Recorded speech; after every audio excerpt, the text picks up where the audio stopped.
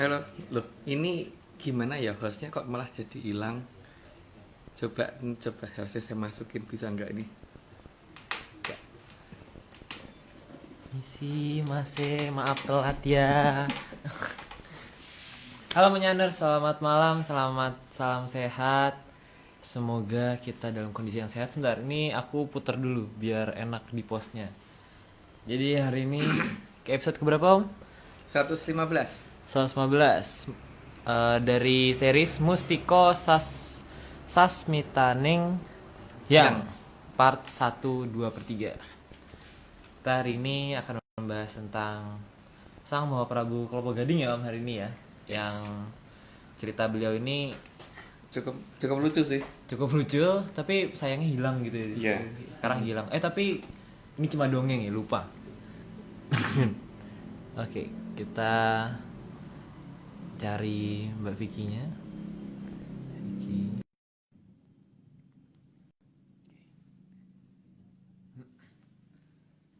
Sekarang posisi lagi di Bali. Bali. Halo Halo, Mbak. Mbak. Halo, halo guys. Suaraku double nggak ya? Coba Mbak ngomong lagi Mbak. Enggak sih, aman sih ya. Aman Oke. kok. Sip ya. Oke sip. Mbak lagi di mana Mbak posisi? Nah, nanti aku mau kemayan ke tempat kamu yuk. Oh, kok kemayan Mbak? Nyusul, aku tuh orangnya kan nyusulan. Nyusulan. Siap. Ini kita lagi di depan. Nggak Rumah pura. orang. Oh, depan rumah orang. Depan rumah orang nggak diusir ya. Semoga nggak diusir Mbak. Gak enak ya Benar, jam benar. segini. Kenapa kita ke Bali, Aryo? Kenapa kita kembali? Karena Ya, agar kita karena kita punya rumah harus kembali kan. oh iya karena kita punya rumah jadi kita harus kembali. Hmm. Kembali. Jadi kita udah kita kemarin kopdar Kita udah di Madiun. ke Madiun, ke Kediri, Blitar, Jogja. Blitarnya di Kediri. Oh iya, Blitar, Kediri. ke Blitar, Jogja, Jogja, Bogor. Bogor, sekarang Bali. Bali. Balinya posisi kita di mana? Di mana? Jembrana. Di Jembrana, di Negari. Di Jembrana. Mbak di mana posisi? Loh, kita musuhan loh, kok nggak sama tempatnya? Nah, aku Jangan mau beda nge gitu, Mbak. background ini loh. Masa background ini kenapa nggak itu ya? Nggak bisa gini gitu loh guys. Masa aku harus pegang ini gini? Nah, Aku tuh mau pegangin aja. pamer. Mbak. Apa? Emang cuma kalian yang bisa ke Bali? Oh.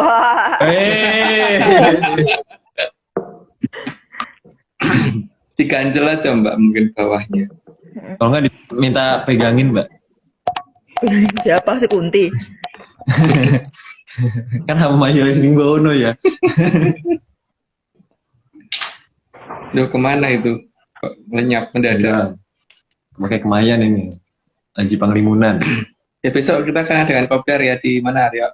Kita akan mengadakan kopdar di 3 tempat di Bali. Jadi yang pertama itu ada di Jembrana. Jembrana. Tepatnya di Di sini. sini. Tempatnya di Sini. Di sini. Oke, di sinilah. Di sini. Nanti akan segera disebarluaskan. Terus kemudian hari berikutnya itu akan ada di Denpasar. Terus abis itu kita Di pasar di Sanur itu. Oh, Denpasarnya di Sanur. Bukan Santa Ursula, Sanur. Jadi di Denpasar, Sanur Denpasar. Terus terakhir ada di Gianyar. Gianyar. Kita di sini ngapain? Di depan rumah Main. orang. Oh iya, di mana? Moga-moga nggak ketahuan yang punya rumah itu. Semoga akan dengeran ya. Oke, Mbak sudah siap aqua? Enggak disponsor mineral air Siap putih. sih. Aku di sini sajiannya banyak ya, ada anggur sama ada jeruk, ada kopi. Kemarin ya udah Mbak, kita kalau sudah siap kita hari ini ada 131 plus 1. Jadi siap-siap Mbak. Kita akan mendengar suaranya Mbak Vicky selama 1 jam lebih. Jadi kita mulai aja langsung ya. Oke, oke. Siap? Siap. Hah. Slide pertama, di negara kita, pohon kelapa bisa ditemui di banyak tempat, baik di pantai sampai di pegunungan. Nggak aneh ya masalah ini. Langsung bablas aja Mbak. Karena banyak. Oke, slide kedua, pohon kelapa ada berbagai macam jenis, dan hampir semua bagian dari kelapa bisa dimanfaatkan. Itu juga nggak terlalu aneh. Lanjut aja. Oke, ini di apa? Komentar udah, ya asik, jangan lupa disclaimer. Baru Slide mulai. 3. Maksud setiap 3 slide ini kalau ada 120 kita udah 40 kali. Disclaimer doang, dong isinya. Oke, lanjut. Oke, slide ketiga, kelapa termasuk tanaman yang mempunyai biji berbelah tunggal, sehingga mempunyai akar serabut. Dan pohon kelapa ini adalah pohon yang akarnya konsisten. Dimanapun akarnya akan tetap mengarah ke bawah, meskipun tanahnya sudah dibolak-balik. Jadi struktur tanah tua ada di permukaan dan tanah muda di kedalaman. Akar konsisten ke bawah ini yang membuat pohon kelapa cenderung susah roboh. Ya, bagi yang punya perkebunan kelapa mungkin udah ngerti lah. Kalau kita kan mungkin baru ngerti hari ini ya. Dilanjut, Pak. Oh iya. Oke, slide keempat. Siapa Itu itu? foto siapa? Wah, orang ganteng itu, Mbak. Artis itu. Orang ganteng se-IG Live. Berbeda dengan pohon-pohon yang berakar tunggang, yang akarnya akan cenderung merambat ke samping kalau struktur tanahnya sudah terbalik.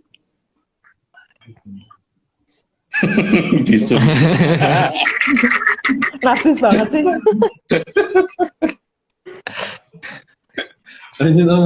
Ya, itu kejadian yang kita foto di Kebun Raya Bogor ya. Jadi ini ada makhluk yang narsis di situ, itu yang Bogor lagi menungguin pohon yang tumbang karena dia bingung aja kenapa akarnya nggak ke bawah gitu katanya. Ternyata akarnya cuma menyamping ke samping pada saat kita meneliti keberadaan Sungai Berantas waktu itu.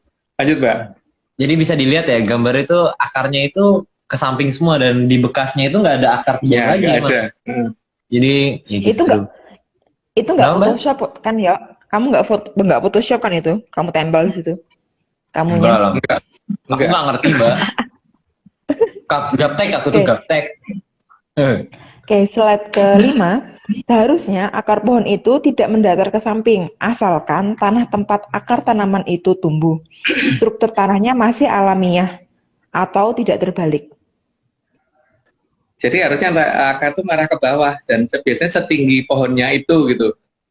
Yang aku tahu ya, aku bukan orang botani yang di tanaman atau gimana, tapi dulu setauku begitu yang namanya tanaman itu akarnya, terutama tanaman yang berakar tunggang itu biasanya kedalaman akarnya akan hampir sama dengan tinggi tanamannya itu sehingga nggak gampang roboh. Gitu. Oke, lanjut, Pak. Oke. Slide ke-6, sehingga daya cengkeram akar tanaman terhadap tanah seharusnya kuat jika tanah tersebut masih alamiah. Ya, itu kayaknya nggak perlu dilanjut, nggak perlu dibahas lanjut aja, Mbak. Nggak perlu dilanjut. Ini kalau nggak dilanjut, Mas, menyaners ngamuk, Mas. Di spam kita, di report bisa-bisa. Yuk kita lanjutkan, Mbak. Slide ke-7, maka faktor tanah sangat menjadi penentu untuk kekuatan daya cengkram akar pohon terhadap tanah, kecuali pada pohon kelapa. Karena ya itulah, pohon kelapa itu bentuknya seperti itu, akarnya seperti itu, tapi kuat banget, kena angin jarang yang roboh. Nggak kayak pohon yang lain. Gitu. Itu versi kita yang mungkin Cooper ya. Oke, lanjut. Nggak pernah lihat. Cooper gede, maksimal lah pokoknya. Slide ke-8, akar kelapa tidak peduli dimanapun dan dalam kondisi tanah seperti apapun akan selalu sama. Tidak seperti pada pohon yang berakar tunggang, yang bisa berbeda pola penyebaran akarnya. Sehingga di zaman apapun dan dimanapun, akar pohon kelapa akan selalu konsisten. Bedanya pohon kelapa sama manusia kan kalau dia akarnya di tanah, kalau manusia akarnya di awang-awang gitu kan. Di atas itu bisa berhaluria gitu. Karena di awang-awang gitu. Oke lanjut Mbak. Slide ke-9, meskipun bukan masalah filsafat, tapi bisa jadi perlambang. Akar pohon kelapa itu sangat teguh di semua zaman dan semua tempat. Dan selalu tetap dan tidak berubah di semua zaman juga gitu kali Mbak ya. Oke lanjut Mbak. Slide ke-10, bagi kelapa mau kapanpun dan mau dimanapun, asal dia bisa hidup maka akarnya akan mempunyai pola yang sama atau sangat konsisten dari akarnya. Jadi tidak pernah akarnya kemudian berbeda dengan pohon akar tunggang ya. Kalau akar tunggang kan kalau tanahnya sesuai dengan struktur umur, nanti betul-betul alami ya berarti dia akan marah ke bawah. Tapi kalau artificial tanahnya sudah pernah dibolak-balik, gitu, jadi tanah muda justru di dalam dan tanah tua di permukaan, maka dia akarnya akan nyamping, gitu ya. Ini yang pernah diteliti oleh Eyang Aryo pada saat ini meneliti keberadaan Sungai Berantas. Oke lanjut Mbak. Oke, slide ke-11, batang kelapa juga sangat kuat. Dalam bahasa Jawa disebut glugu. Biasanya glugu dijadikan kayu utama untuk membangun atap rumah. Biasanya yang di atas itu yang pasti paling atas, jadi untuk penyangga paling atas. Oke, lanjut Mbak. Oke, slide ke-12, karena glugu sangat kuat dan bisa berumur sangat panjang. Dan nggak tahu kalau di rumah saya itu bahkan mungkin kayaknya rayap juga nggak makan, tapi nggak tahu ya apakah sebenarnya glugu itu dimakan rayap apa enggak. Tapi di tempatku enggak gitu. Mungkin rayapnya sakit gigi kali ya kalau makan. Gak ada dokternya sih nggak mau boleh makan. Oke, tapi karena kitanya Cooper ya Mbak ya, jadi kita berasumsi seperti itu. Tapi asumsi lain boleh karena kita perlu disclaimer kapan? 30-an lah. Oh ya udah, oke lanjut Mbak. Terlalu dini untuk disclaimer. Slide ke-13, kayu glugu mempunyai tekstur yang berbeda dengan kayu dari pohon yang berakar tunggang. Karena biasanya polanya serabut, tapi kuat. Bagus sih bentuknya kalau menurut aku lah, tapi nggak tahu kalau orang yang itu jelek. Itu bagus. Lanjut Mbak. Slide ke-14, batang glugu dari luar kelihatan berruas-ruas sehingga pola tiap pertambahan tinggi akan terlihat dari penambahan ruas yang bervariasi, tapi hampir mirip, seolah mengingatkan manusia akan konsistensi terhadap hierarki alam raya. Tapi yang kayaknya pohon kelapa lebih ngerti dari konsistensi hierarki alam raya daripada manusia deh. Kayaknya ya. Dongengnya begitu. Oke, lanjut Mbak. Slide ke-15, batang kelapa tidak akan melebar terlalu besar seperti pada pohon akar tunggang, tapi cenderung sama. Batang pohon kelapa akan terlihat makin tinggi saat semakin tua dan semakin subur. Jadi beda dengan akar tunggang cenderung melebar ke samping. Jadi membesar ke samping, kali ini melebarnya ke atas. Mungkin kayak Aryo sekarang ini naik ke atas nambah tinggi. Tapi kalau Bang John ke samping. Waduh, pertumbuhannya arahnya beda. Arah pertumbuhannya beda gitu. Oke, kita lanjut. Slide ke-16, sehingga tidak akan ada kelapa yang batangnya tumbuh melebar ke samping. Hal ini karena akar kehidupannya sangat berbeda dari pohon berakar tunggang. Ya, itu untuk di manusia pada umur tertentu kali ya, tiba-tiba melebar ke samping gitu, di umur sebelumnya naik ke atas gitu. Oke Mbak, lanjut aja. Slide ke-17, sehingga pohon kelapa seolah mengingatkan agar manusia bisa menjaga dirinya agar lebih mengutamakan untuk pencapaian yang lebih tinggi, bukan pencapaian yang hanya ke kanan atau ke kiri. Ya, memang harusnya begitu kan, yang namanya pencapaian harus selalu naik terus gitu, bukan ya sudah sampai situ ya sudah yang selevel doang gitu. Ini nggak cuma ngomong yang ada di slides doang nih Om berarti ya, nggak cuma di. Itu kayak naik kelas kan ya Mas berarti? Iya. Kayak SD, Kan SMP. SD ke SMP, bukan SMP terus besoknya SMP lagi, terus kemudian SMP lagi, dan SMP lagi kan enggak tuh, harus naik. Atau gitu. malah dari SMP ke TK. Oke. Oke, lanjut, Mbak. Oke, slide ke-18. Pada serat batang kelapa juga sangat jelas terlihat bahwa di bagian dalam tidak ada perbedaan ruas.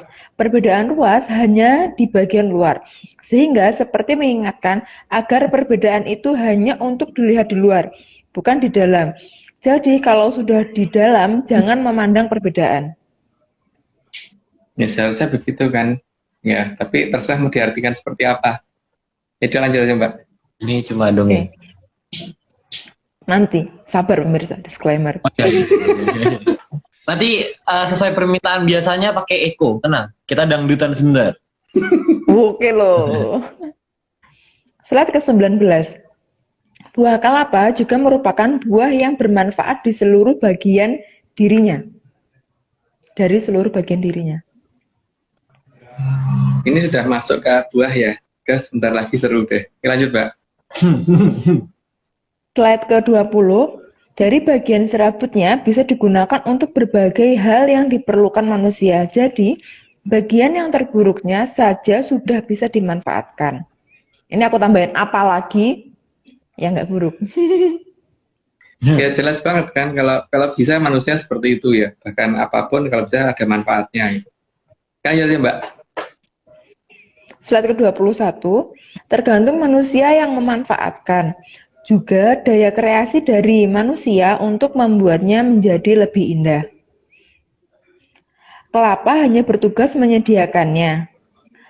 Karena kelapa merupakan bagian dari alam yang mendukung kehidupan. Itu nggak perlu dikasih penjelasan deh. Lanjut aja, Mbak. Slide ke-22, sementara pada bagian batok kelapanya bisa digunakan untuk dibuat menjadi arang terbaik yang mempunyai daya serap paling bagus. Dan bisa juga digunakan untuk pembakaran. Ini udah mulai akan seru di bagian ini ya. Jadi kayaknya kalau ditunda-tunda nggak seru. Tapi apa perlu disclaimer sekarang biar boleh kita boleh. Disclaimer dulu. Ini disclaimer dari menyaners dari Bali. Sabar, Mbak. Sabar ya. Proses loh ini, proses. Oke. Ini dia. Deketin. Ini semua cuma dongeng. Tidak percaya, tidak apa-apa. Kalau mau percaya, ya jangan. Oke. Itu dia disclaimer hari ini. Oh iya, lupa pakai Eko. Perlu diulang? Nggak usah, berarti slide ke-23 pakai Eko. Disclaimer pakai bahasa Disclaimer pakai bahasa Bali. Berarti besok bikinnya pakai Bali. Oke. Habis itu pakai bahasa Sanskerta. Yuk. Slide ke-23. Di tangan orang yang kreatif, batok kelapa juga bisa digunakan untuk hiasan. Oh, macam-macam itu hiasannya yang dibentuk. Itu bukan hanya bentuk gayung mandi aja ya. Itu banyak banget. Untuk pot juga ada. Tapi macam-macam sih. Lanjut aja, Mbak.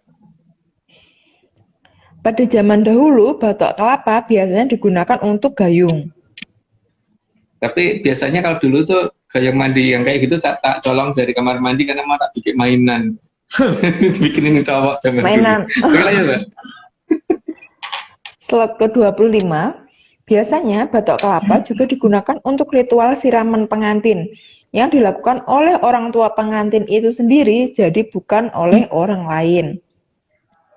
Ya, jadi siraman dilakukan oleh orang tua ya. Jadi orang tuanya sendiri, itu bukan oleh orang lain. Jadi Arya nggak boleh mandiin ya, Mas? Ya enggak lah, Mbak. Enggak ada loh ini. Enggak ada niatan sama sekali. Jadi sebenarnya ini juga salah satu disclaimer juga kali ya. Jadi menurut dongeng kita, dongengnya ARC, kalau misalnya ritual siraman itu ya dilakukan oleh orang tua sendiri gitu. gitu. Jadi tidak dilakukan oleh orang lain. Jadi kalau misalnya di luar sana ada manusia-manusia yang seperti itu ya setidaknya tidak sesuai dongeng ARC gitu lah. Oke. Gitu. Oke, next. Slide ke-26, di zaman dulu batok kelapa juga digunakan untuk mainan anak kecil yang dinamakan nini towoan. Ya, itulah makanya dulu ibu sering marah-marah karena gayungnya tak colong, tak bawa tak kabur temen ini cowok waktu itu gitu. Ketika ciduk gayung di kamar mandi itu masih menggunakan seperti itu dulu. Lanjut, Pak. Oke, slide ke-27, permainan nini towoan ini biasanya terjadi saat anak kecil punya wibawa terhadap makhluk halus. Sehingga makhluk halus bahkan tidak berani mengadakan perundingan terhadap anak kecil sekalipun. Itu yang agak aneh di masa sekarang ya. Di masa dulu itu anak kecil ketemu kuntilanak tuh senang banget karena kita kejar-kejar karena kita mau masukin ke situ gitu untuk mainan. Tapi di zaman sekarang, ya aku nggak ngerti ya kenapa tiba-tiba orang dewasa pada ketakutan gitu. Ya lanjut, Mbak. Slide ke-28. Dalam permainan nini towoan ini, anak kecil bahkan bisa membedakan makhluk yang ada di bawah tataran manusia dan mereka hanya hidup untuk dijadikan mainan. Sehingga makhluk tersebut hanya bisa menurut. Jadi sangat tidak berani mereka mengambil jiwa manusia karena wibawa anak kecil jauh lebih besar daripada si roh Asor. Seharusnya begitu ya. Jadi kalau kemudian mereka punya wibawa lebih daripada manusia itu, apa penyebabnya yang harus kita pertanyakan? Karena zaman dulu nggak begitu. Mereka tuh takut kalau ketemu. Bukannya seperti zaman sekarang, kok kayaknya malah dibikin suatu hal yang seolah mereka tuh menyeramkan. Padahal kita lucu loh bentuknya aja kayak gitu kok. Ya kan? Lanjut, Mbak. Slide ke-29, tapi dengan berkembangnya zaman, di zaman roh Asor yang dulu bahkan takut kepada manusia, saat ini justru mereka seolah punya wibawa bisa minta perjanjian, bisa mengambil nyawa orang, bisa menakut-nakuti orang, bisa memangsa orang, padahal dulu hanya mainan anak kecil. Ya, di sini kita nggak tahu ya apa yang salah. Nanti mungkin pemirsa lebih tahu apa yang menyebabkan ini semua terjadi gitu. Kenapa wibawa dari manusia tidak seperti dulu, bahkan sampai ada beberapa film yang menunjukkan seolah-olah mereka tuh punya wibawa yang jauh di atas manusia. Lucu loh kalau mereka sampai dikatakan berani ngajak kita berunding karena mereka tuh nggak punya hak berunding sama manusia kan. Terus bisa bisa ngambilnya orang, bisa ngambilnya orang gitu. Dulu nggak bisa mereka. Mereka tuh hanya bisa nerimo pandum. Oke, lanjut, Mbak. Mas, berarti nerimo yang pandem itu hanya berlaku untuk mereka ya, Mas ya? Iya, untuk mereka. Karena kalau terima pandum untuk orang-orang atau manusia dan nenek moyang kita berdasarkan cerita pewayangan bahwa Prabu Watu Gunung pernah menjadi sang guru yang Prabu Pandodewonota juga gitu. Jadi ditahkan jadi manusia, kenapa Bedoro Guru dipaksa turun untuk dia gantiin? Berarti kan nggak nerima pandum tuh kayak gitu, Mbak. Betoro yang paling tinggi aja pernah diganti kan? Iya. Betoro teacher itu pernah digantiin gitu loh. Ya, Betoro teacher pernah diganti, Mbak. Gara-gara Prabu beberapa raja-raja di negara kita ngamuk gitu. Oke, lanjut. Mas, mau tanya, berarti kalau orang itu kan kalau lahir itu kan nggak pakai apa-apa ya, misalnya nggak pakai baju apapun gitu ya. Berarti kalau bayi lahir terus setelah itu pakai pakaian kan berarti dia nggak nerima yang pandem kan? Diajarin untuk sama orang tuanya untuk nggak nerima yang pandem kan? Karena dia kan nggak pakai nggak pakai baju. Setelah itu pakai baju. Ya iya, kalau nerima pandem dia dilahirkan nggak pakai apa-apa, nggak pakai apa-apa selamanya gitu kan. Dilahirkan di rumah sakit ya udah tinggal di rumah sakit selamanya gitu kan. Harusnya. Terus sekolah segala ya, supaya bisa supaya pinter. Harus pinter lagi, nggak boleh goblok-goblokan juga gitu kan. Di sekolahan juga. Kalau nerima pandem kan dikasih PR ya sudah diterima nanti nggak jadi kerjain. Nerima yang orang-orang yang ngerjain PR tuh nerima yang pandum dulu itu. Ya udah gitu, dikasih PR ya udah terima gitu, terima dengan senang hati, habis itu tinggal tidur. Oke, slide ke-30. Jadi ada zaman yang belum lama sebenarnya di mana anak kecil masih ditakuti oleh roh Asor yang saat ini justru terbalik setelah punahnya ajaran cara mengendalikan makhluk asor yang sangat tidak layak diajak membuat perundingan atau perjanjian. Yang itu bukannya tidak layak, mereka itu benar-benar nggak berani ngajak berunding itu harusnya. Jadi memang kita kalau misalkan kita pelihara ayam, memang ayam itu kita ajak berunding, mau ngajak berunding ke kita. Aku boleh kamu pelihara tapi gini enggak lah ya. Jadi mau kita tendang, mau kita potong, mau kita apain gitu, ayamnya nggak boleh protes. Yang paling ketok kabur gitu aja kan. Mau digebukin pakai batu itu apa sih ya?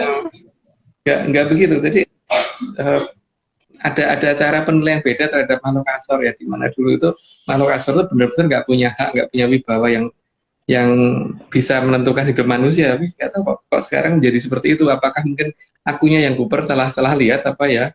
Apa Salah main. atau tataran mereka tuh naik mendadak gitu. Dulu enggak lu ya. Ya, oke, Mbak, lanjut, Mbak. Oke, slide ke-31, ada zaman yang belum terlalu lama di mana seorang anak akan menganggap kuntilanak itu mainan yang lucu, bukan menakutkan. Nah, itu yang jadi masalah. Kan makhluk yang hanya bisa ketawa kan, dan dia hanya bisa ketawa dan tersenyum gitu loh. Tapi nggak tahu, bukan gambar ini ya, kuntilanaknya itu kan anak kecil yang justru mempermainkan si itu ya, makhluk seperti itu gitu. Ya itu aku nggak ngerti kenapa sekarang mereka menjadi punya wibawa yang lebih gede daripada manusia yang seharusnya nggak begitu gitu. Lanjut, Pak. Kalau dengar penjelasan itu kok kayak peribahasa ya, Mas. Senyumilah lawanmu maka, ya nggak sih? Aku lupa kata-katanya itu gimana. Cuman mirip. Ya, yang makhluk yang ingin tersenyum dan lawannya kabur kan itu loh. Cuma senyum. Gitu ya. Oke, lanjut, Mbak. Kabur terbirit-birit. Slide ke-32. Namun ada zaman yang aneh ketika makhluk asor justru ditakuti dan dikatakan harus mengadakan perjanjian dengan mereka. Jika mau memanfaatkan mereka, juga harus mau diambil nyawanya. Maka leluhur menganggap ini sebagai wolak-wali ing zaman di mana barang mainan malah ditakuti. Kalau mungkin yang seumurku atau lebih tua mungkin mengalami hal itu ya. Jadi kita benar-benar bingung gitu loh, karena dulu nggak begitu gitu loh. Tapi kan dengan hilangnya tradisi secara bertahap, itu jadi terbalik seperti itu. Bahkan dulu anak kecil itu kan kalau selesai mainan itu kita nyari tempat untuk yang sudah kita pagerin berdasarkan daerah wilayah yang diberikan oleh si Dangyang untuk membuang makhluk halus itu ke sana, sehingga dikatakan sebagai tempat anak buang jin. Ketika saya pulang ke desa, namanya itu berubah menjadi tempat jin buang anak. Kan bingung nggak sih? Kondisi berubah sedemikian ekstrimnya loh saat ini. Yang katanya manusia lebih punya wibawa, tapi enggak, kenyataannya enggak. Tapi lucu juga sih, karena di zamanku kecil ya, berarti tahun 2000-an awal itu, film-film horor itu malah kebanyakan tentang boneka. Ya. Tentang boneka atau tentang mainan yang pasukan terus bunuh orang lah apalah. Padahal di tradisi kita kalau ceritanya Bopo, ceritanya Magung itu kan kayaknya mainan mereka tuh jadi mainan gitu loh. Jadi jadi ya towoan itu kan lucu-lucuan jadinya. Tapi kalau sekarang ada siapa tuh Annabelle lah, siapa lagi itu Chucky itu kan serem semua itu jadinya. Ada apa yang hilang di negara kita gitu loh, sehingga kita harus begitu. Oke, lanjut dulu aja, Mbak. Bentar, Mas. Kalau tadi kan Mas ngomong kalau anak kecil itu tahu batasan di mana si makhluk itu tuh kawasannya gitu kan. Maksudnya kan karena tahu tanya di Pedangyangan. Berarti anak kecil itu bisa ketemu Pedangyangan dong, Mas? Berarti nggak halu dong, ya kan? Bisa tanya kan kalau misal tahu batas wilayahnya itu. Berarti sebenarnya untuk ketemu Pedangyangan itu nggak ada batasan usia kan ya? Kalau anak kecil nggak ada batasan usia, nggak ada. Dan itu bukan astral ya, karena astral itu nggak melihat. Karena ngelihat itu memang bukan astral. Gitu, dia harus nyata. Oke, Mbak, lanjut dulu. Itu versi kita ya, versi kita. Jadi orang lain boleh titip. Slide ke-33. Oke, kita lanjut. Slide ke-33, maka Tempurung kelapa seolah mengingatkan bahwa yang dianggap mengerikan itu sebenarnya hanya sesuatu yang lucu dan hanya mainan di zaman dulu. Maka jangan pernah kehilangan akar budaya supaya bisa kembali mengatur alam, bukan diatur alam. Ini yang dinamakan Hamamayu Hayuning Bawono. Cuman ini kan baru awalan. Jadi mungkin di slide berikutnya ada yang lebih lucu, Mbak. Lanjut. Slide ke-34, jadi batok kelapa itu mengingatkan kita bahwa bentuk-bentuk seperti ini apa perlu diajak membuat perjanjian dan ditakuti? Perlu loh Mas, itu perlu loh diajak perjanjian. Meskipun nggak bisa Ya jawab enggak, Mbak. Bentuk kayak gitu diajak perjanjian. Yang enggak ditaruh di kamar, mau kita injek kayak mau kita taruh di mana, itu enggak perlu ngadain perjanjian. Ya, lanjut, Mbak. Oke, slide ke-35. Selain itu juga mengingatkan manusia agar sadar akan tugasnya, bahwa mengatur bukan diatur. Dan makhluk seperti ini nih, yang ada di situ tuh, harus diatur, bukan diajak membuat perjanjian dan tidak punya hak menuntut apapun terhadap manusia. Itu kan coba ya diperhatikan ya, ngatur rambut aja nggak bisa sampai bentuknya kayak gitu. Terus kemudian bajunya juga mungkin dipakai sejak 500 tahun yang lalu sampai sekarang nggak pernah ganti. Terus kalau dibuka nggak pernah sikat gigi, nggak pernah sikat gigi bolong-bolong dan sebagainya. Tapi gini loh, yang jadi perkara apa sih yang kenapa sih harus ditakutin gitu? Dan kenapa wibawa itu menghilang dengan ininya gitu loh, dengan bertambah berkembangnya zaman dan hilangnya tradisi. Tapi di sini kan yang paling harus kita lihat bahwa kita tuh harusnya mengatur mereka, bukannya kabur gitu, bukannya menghindar. Dan mereka juga punya hak untuk hidup, itu tidak untuk diusir-usir juga. Ya, pada dasarnya kan mereka juga terkadang hidupnya malah lebih lama dari kita gitu, Iya. di bumi gitu. Lebih dulu daripada kita, karena dia mungkin umurnya udah ribuan tahun, atau ratusan tahun, atau mungkin puluhan tahun tapi lebih tua daripada kita, atau malah jutaan, atau nggak tahu lebih lama lagi juga bisa aja kan. Kalau diusir-usir ya kasihan dianya juga gitu kadang-kadang. Ya mereka punya hak untuk hidup, tapi tidak punya hak untuk ngatur kita. Tapi kita punya hak untuk ngatur mereka, gitu kan. Bukan punya hak untuk kabur karena berat mereka. Oke, lanjut. Itu karena mereka nggak punya baju besok. Itu aja Mas, aku kasih baju satu lah ya, supaya gantilah sekali-kali 500 tahun sekali. Oke, lanjut. Slide ke-36, kalau perlu justru manusia itu harus kasihan terhadap mereka, supaya bisa mengajari dan mengedukasi mereka agar makhluk yang lucu itu bisa berdandan, supaya wajahnya tidak lagi seperti tidak jelas dan tidak terarah dengan baik. Dan itu kalau mau pakai eyeshadow, nggak semata juga kali kalau misal mau pakai ya kan. Ya. Dikit aja, nggak full. Mungkin nanti Mbak harus cerita tentang pengalaman Mbak ya, tapi nanti di beberapa slide yang kita lanjut dulu aja Mbak. Slide ke-37, karena termasuk Hamamayu Hayuning Bawono jika bisa mengubah makhluk yang tidak pernah mandi minimal bisa dandan dan mau mandi. Minimal wangi sih ya. Pakai parfum gitu. Cuman ya itu ya, memang mereka tuh bodoh bener gitu. Jadi diajari mandi itu juga kadang-kadang mereka tuh cuman lihat, terus setelah itu mempraktekannya itu juga beda gitu. Jadi porstek di kamar mandi, Aryo dipakai mandi sebenarnya bisa baunya bau porstek. Kadang-kadang malah soklin lantai itu dipakai-pakaian, tapi mereka melihatnya karena benda cair yang ada di kamar mandi, makanya harus dikasih tahu bener gitu. Kenapa gimana kemarin? Kalau aku kemarin itu kan aku udah muterin ya, itu kan ada kayak iklan gitu kan, sabun lah, lulur lah, sama sabun cair, sabun batang, sabun cair. Tapi itu siang-siang itu datang ke kamarku kan Mas, ini baunya wangi nih bener nih sabun mandi. Setelah itu datang lagi ke kamarku, kenapa bau itu sabun cuci baju ada di kamarku, padahal aku nggak lagi jemur pakaian gitu kan.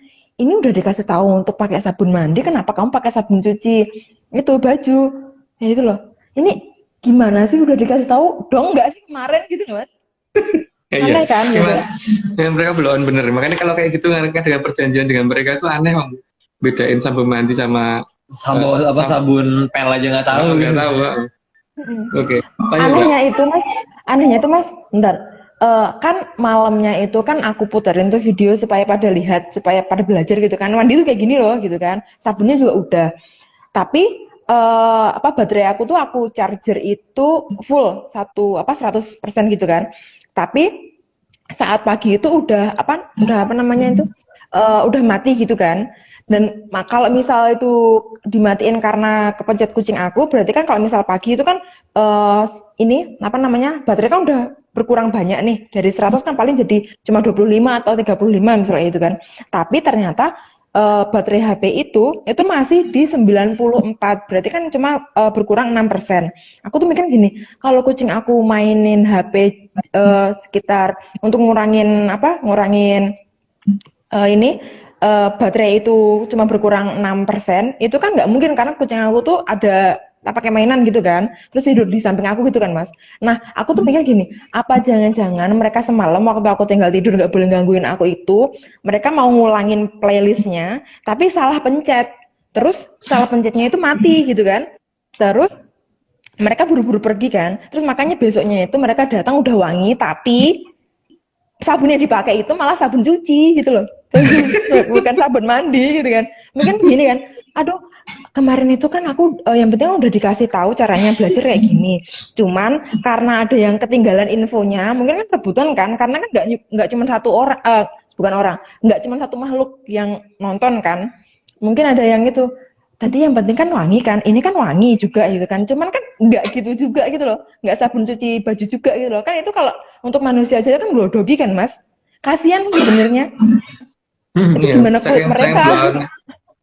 Itu masih mending Mbak kalau sabun cuci atau rinso digunakan. Kalau Porstek itu gimana Mbak? Kan baunya juga jadi nggak enak juga kalau Porstek itu.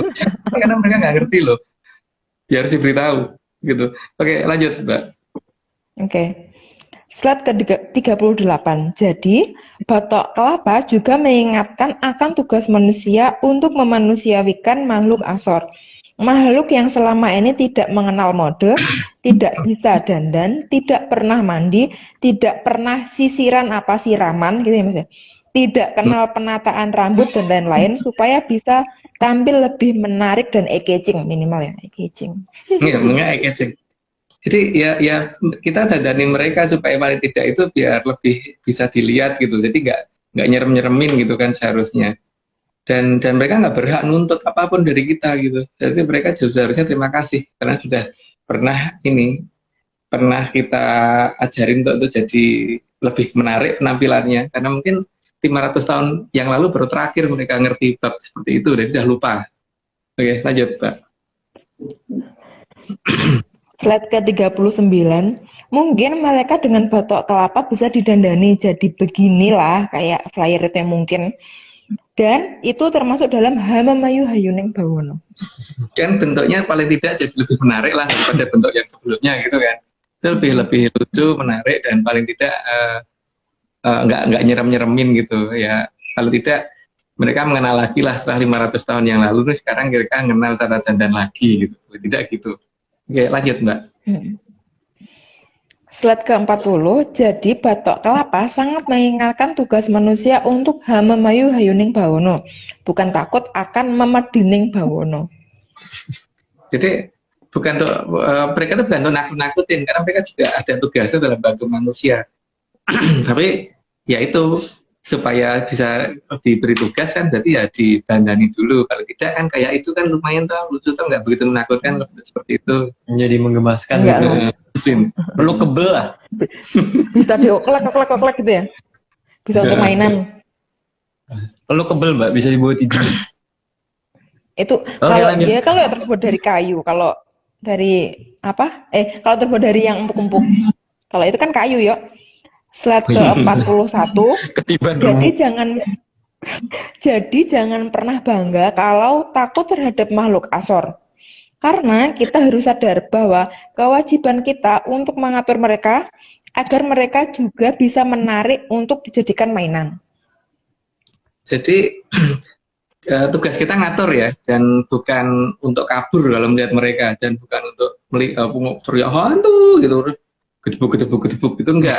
Itu harusnya ya, ya itu begitu ketemu, sini caranya dandan gini loh, ini loh caranya sikat gigi, gini loh caranya nyisir rambut dan sebagainya. Mungkin karena 500 tahun cukup lama untuk mereka, hingga mereka baju aja nggak pernah ganti selama 500 tahun ini, sehingga ada yang sudah robek lah, dan bajunya seragam rata-rata warnanya seperti itu gitu loh, tidak pernah warna-warni seperti yang dipakai oleh orang zaman sekarang gitu. Ya kasihan sih sebenarnya. Jadi tergantung kita melihatnya bagaimana, apakah kita mau takut atau kita kasihan terhadap mereka gitu. Mau ngusir atau mau malah kasihan gitu kan, atau Iya. nggak tega gitu ngeliatnya. Oke, ayo Mbak. Tuh kalau aku, ini kamu kenapa sih kumel banget? Sini, mandi. Tahu nggak ada teknologi namanya mandi gitu kan? Oke, kita lanjut Mbak. Masih banyak ini. Slide ke-42. Jadi manusia itu seharusnya kasihan terhadap makhluk seperti itu agar dihamamayu hayuning bawono. Jadi bukan dibiarkan berkeliaran dan sampai mereka tidak mengenal dandan, apalagi kenal mandi. Batok Kelapa mengingatkan agar kita peka terhadap alam ini. Ada yang perlu diajari, minimal diajari berdandan. Coba tau perhatiin dari bentuknya itu, wajahnya coba ya, kalau diperhatikan kan kasihan tau bentuk kayak gitu, terus rambutnya juga kayak gitu, rewok-rewok gak jelas gitu. Diajari kayak caranya keramas gimana, ngatur muka gimana, ngatur bajunya bagaimana gitu. Jadi kalau menampakkan diri itu bukannya bikin orang kabur gitu, tapi ya memang harusnya memang kita nggak boleh kabur. Dan mereka kalau misalkan datang kemudian diusir-usir kan berarti akan datengin tempat yang lain. Jadi kan kalau kita ngusir dari sini berarti dia akan ganggu di sana. Kalau di sana kemudian diusir lagi ganggu tempat yang lain lagi gitu kan. Jadi memang ya harus hamamayu hayuning bawono itu termasuk mereka, bukan hanya sesuatu yang terlihat. Bukan cuma manusia doang ya. Bukan hanya manusia atau hewan, tanaman itu. Bukan hanya itu, tapi juga termasuk yang makhluk seperti ini gitu. Karena lucu-lucu sebenarnya mereka itu. Oke lanjut. Walaupun nggak ada kupingnya. lanjut. Berarti mereka itu kan punya hak hidup dan hak tinggal kan? Misalnya hak tinggal di Acapada kan Mas? Iya. Berarti besok bikin KTP lah kalau udah bisa difoto ya? Seharusnya. Bikin KTP, paspor, apalagi Kartu tanda penduduk hantu gitu ya. KTPH. Atau KTHP. Kartu tanda hantu penduduk. KTPHS, kartu tanda penduduk hantu setan gitu. Nah sejenisnya. Siap itu segera disampaikan. Oke, Lanjut. Slide ke-43, kita harusnya kasihan kepada mereka, makhluk yang dengan raga berantakan dan tidak bisa dandan. Karena selama ini mereka salah dalam memilih tren model untuk baju, wajah, tren rambut, tren kuku, ya kan? Iya. Itu kan rata-rata mereka tuh karena mungkin malu ya, maka rata-rata wajahnya ditutupin pakai rambutnya sendiri gitu kan. Karena nggak ngerti harus bagaimana gitu, dan ya 500 tahun nggak pernah keramas gimana sih Mbak? Gitu. Orang nggak pernah mandi selama 1 bulan, nggak pernah keramas 1 bulan aja udah kayak apa gitu loh. Dan mereka tuh ngalami seperti itu kan. Ya kita jangan kabur harusnya, tapi bagaimana supaya mereka itu juga tidak ganggu yang lain toh. Harus hamamayu hayuning bawono itu termasuk itu kalau berdasarkan cerita di ARC dan yang kita gitu. Kita lanjut Mbak. Ini ada yang komen, Mbak kalau wajahnya jelek, matanya mau copot, ngeriasnya gimana Mbak Vicky? Nah, lihat slide setelah ini ya guys. Setelah ini masih ada penjelasan yang mendongeng ria. Slide ke-44, kita harusnya juga kasihan kepada mereka, makhluk yang hanya bisa tinggal di pepohonan yang rimbun dan tinggi. Bagian dari hamayu hayuning bawono, tugas manusia atas pengendalian mereka, bukan pembiaran terhadap mereka. Kayak acu tak acu itu nggak boleh ya Mas, ternyata ke mereka. Iya. Ya kalau mereka tinggal di atas pohon, terus akhirnya pohon itu jadi cerem dan menakutkan banyak orang ya, berarti kan kita harusnya membuat bagaimana supaya mereka tuh ya kan kayak munyuk tinggal di atas gitu, monyet aja kalau dipelihara kan juga ini toh, dicarikan tempat sama kita gitu.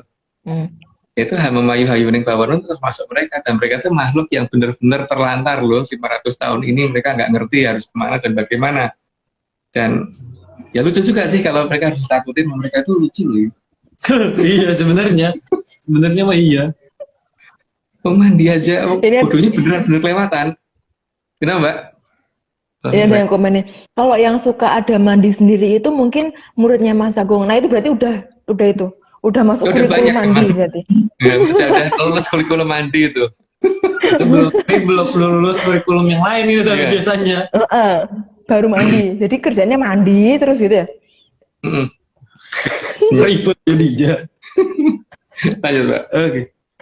Slide ke-45, Batok Kelapa juga mengingatkan agar kita bisa mengajari mereka supaya lebih sopan dalam berbicara dan tertawa. Jadi, bukan hanya bisa mengeluarkan suara hihihi saja. Oh, kalau mau niruin nanti malah serem kan akunya. Supaya kosakatanya bertambah, bisa juga diajarkan lalala, rerere, mimimi, dan lain-lain. Ya minimal makhluk tersebut tahu nada lah supaya nggak fals ya kan. Kadang-kadang tuh melengking, tiba-tiba melengking, turun gitu kan. Melengking lagi, Iya. turun lagi tuh. Ini gimana sih? Nggak tahu nada gitu kan. Iya, nggak masuk cuma bisa ketawa "Hihihi," gitu. Buat diajari cara ketawa yang bener gitu loh. Wah, gitu. Nah, diajari nyanyi kayak atau gimana, jadi bukan hanya begitu gitu kan. Memang ya mereka cara komunikasinya begitu gitu. Jadi kan lucu tuh kalau tiba-tiba kita dengar bukan hi lagi gitu loh. Ada apa? Itu berarti kalau dijadiin paduan suara bagus Mas. Berarti soprannya yang andanya tinggi itu sopran apa ya? Itu bisa melengking banget Mas, ya kan? Iya. Terus bisa pecah nada juga gitu kan. Dan mau nyanyi selama 5 hari berturut-turut tanpa berhenti mereka kuat loh, Mbak. Kalau misal diajari untuk jadi penyanyi yang bagus itu diajari niru ini kan lumayan, dengerin mereka bisa nyanyi bagus beneran, dan kemudian kita nggak perlu nyalain radio atau tape atau apa gitu. Gitu kan untuk lagu-lagu yang kita seneng gitu. Ini ada yang nyuruh ajarin karaokean. Nah, iya, bisa itu. Makanya itu Berarti makanya apa Mas? Ya makanya kan mereka itu jangan hanya kita biarkan sehingga mereka ya bisa ketawahi. Kalau bisa diajarin karaoke kenapa enggak gitu loh. Jadi sekalian semua yang kira-kira membuat mereka itu jadi lebih berguna itu diterapkan gitu. Karena ya lama-lama bisa itu Mas, ada setan Got Talent, ya kan? Iya, setan kompetisi menyanyi. Got Talent. Setan mencari bakat gitu ya. Ya benar itu. Harusnya begitu. Jadi bukan lucu loh Mas. Kan kita biarkan kita usir-usir. Lucu itu. Ya kan? Tapi Hamamayu Hayuning Bawono itu ya seperti itu Mbak. Karena mereka harus itu dilakukan hal-hal seperti itu gitu. Berarti lanjut, hiburan itu bisa datang dari mana aja ya Mas sebenarnya? Iya, tergantung kita melihatnya bagaimana toh. Kita mau melihat menyeramkan atau menyedihkan atau kasihan terhadap mereka, atau ya kita mau cuek aja gitu, atau mau kita usir-usir karena kita punya wibawa terus kita memenangnya sendiri gitu kan. Oke. Lanjut. Mbak. Slide ke-46, Batok Kelapa juga mengingatkan agar manusia menambah satu jenis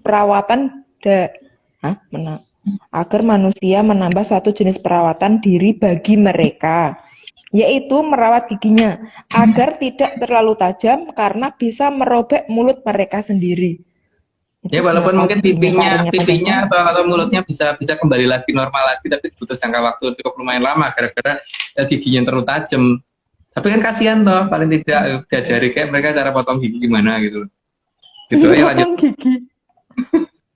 Universitas Hantu Nusantara kita buat UHN Universitas Hantu Nusantara harus dibentuk itu.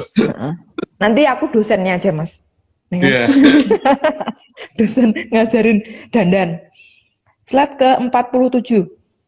Kasihan mereka itu karena ketajaman giginya membuat mukanya berantakan. Karena tergigit oleh giginya sendiri. Sakitnya kayak gimana ya? Tugas manusia mengajari mereka sebagai bagian dari Hamamayu Hayuning Bawono.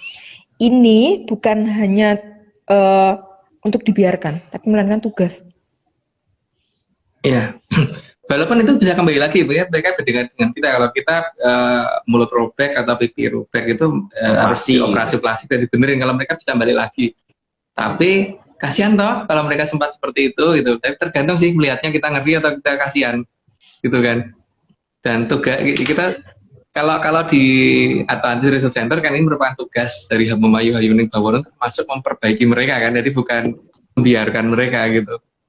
Ya kasihan juga yang menelantarkan kan. Kadang-kadang kita ngelihat kucing di jalan aja kadang-kadang nggak tega, tapi kok ngeliat yang bentuknya begini kok tega gitu loh. Oke Mbak, lanjut Mbak. Ini ada yang usul Mas besok bentuk boy band dan girl bandnya itu Setan Got Talent. Lama-lama juga ada Setan Fashion Week. Setan Fashion Week. Iya itu, bagus itu idenya. Sama Hayuning Bawono itu. 17-an besok diundang aja. Kalau mereka udah pada cakep-cakep mah boleh diundang ya Mas ya? Iya, diundang udah, ini. Kalau udah cakep. Panjat pinang. Itu lomba panjat pinang kira ya. Itu mah mereka nggak usah tumpuk-tumpuk, langsung terbang kan bisa dapat. Iya, bisa. Tarik tambang. Lanjut Pak. Oke. Slide ke-48, seharusnya kita mengajarkan mereka untuk merapikan giginya supaya rapi dan tidak melukai mereka sendiri. Ya seperti itulah. Paling tidak kalau nggak ngerti caranya ya kita bisa nyetel YouTube tuh zaman sekarang supaya mereka yang lihat gitu. Cuman ya supaya nyetel waktu nyetel YouTube dan mereka berada di dekat kita dan tidak mengganggu kita ya paling tidak diajari mandi dulu lah, diajari sikat gigi dulu biar baunya tuh nggak enak gitu loh. Dan yang penting yang bener, karena emang mereka tuh bodoh beneran gitu. Jadi kalau ya aku bingung sih kalau makhluk seperti itu diajak ngajarin perjanjian, bodohnya kayak gitu masalahnya memang. Lanjut Mbak. Bodoh akut ya berarti. Slide ke-49, setelah gigi dirapikan juga mulai diajari untuk menyikat gigi supaya mulutnya tidak bau. Karena itu pasti karang giginya banyak Mas, ya kan? Ya seperti itulah mereka ya mengenal sikat gigi kan 500 tahun yang lalu Mbak. Lanjut Mbak. Ada yang tanya, kalau terbang bisa minta gendong nggak sih pengganti karpet terbang? Makanya ini mereka, ini kan ngerti kalau mereka ngerti cara memerintah mereka ya mungkin bisa saja gitu. Makanya nenek moyang kita bisa terbang zaman dulu. Lanjut. Tapi mereka harus dibikinin SIM ya, surat izin melayang. Surat izin melayang. Slide ke-50. Kalau perlu dikasih permen yang bisa mengurangi bau mulut. Itu banyak kan sekarang jenis-jenisnya permen apa aja seperti yang ada bentuknya permen karet kayak atau apa gitu paling tidak itu supaya kalau di dekat kita nanya itu baunya bel gitu nggak seperti bau apa gitu enggak gitu. Oke lanjut Mbak. Slide ke-51, setidaknya kenalkan mereka cara menggunakan peralatan ini yang seperti pada di gambar ya guys. Ini kalau tutorial itu ada apa aja yang nggak kelihatan. Roll rambut, pewarna rambut kalau misal rambutnya udah pada putih gitu kan, catokan, gunting, sisir, terus apalagi ya ini guys, mungkin pencukur bulu ketiak atau mungkin bulu ini ya, mau daripada kesini kan semuanya ya rambutnya ada di alis, dicukur dikit gini ya. Kalau mungkin apa jangan-jangan karena mereka tertutupi wajahnya kan biasanya itu kan akar-akar yang sebelah sini kan juga ikut tumbuh kan, berarti kan itu harus dikerok gini ya wajahnya. Jangan lupa nggak semua apa namanya yang buat mencetin jerawat. Iya, mencetin jerawat juga. Ada harusnya tapi mungkin belum ada di situ. Diajarin masker. Tapi mereka pasti jerawatnya gede banget, ya nggak sih? Iya. Yang nggak pernah mandi gimana sih Mbak? Iya. Kasihan. Nah, cuci muka mana mungkin mandi aja enggak. Oke, lanjut, Pak. Slide ke-52. Supaya rambut mereka rapi harusnya di hairstyle yang rapi. Dipotong, di-curly, atau mungkin mau disasak atau apa ya Mas ya? Ya, itu kalau cewek kan lebih ngerti malahan. Kalau ini kuncir 2 kanan kiri dulu, Mbak. Kuncir kuda. Oke, lanjut, Mbak. Slide ke-53, supaya rambutnya tidak mengembang berantakan bisa dirapikan dengan dicatok atau diluruskan. Itu Yaitu untuk mengurangi pengembangan. ya teman-teman, tapi paling tidak tuh kalau misalkan capek jelasinnya karena mereka nggak ngerti-ngerti, itu paling gampang kan praktek atau ditunjukin pakai video, pakai YouTube kan juga bisa banyak toh YouTube cara menggunakan peralatan seperti itu gitu. Jadi mereka nonton sendiri. Lanjut, Mbak. Itu kalau di Universitas Persetanan ya Mas, SKS yang harus mereka tempuh itu kayaknya banyak banget ya nggak sih?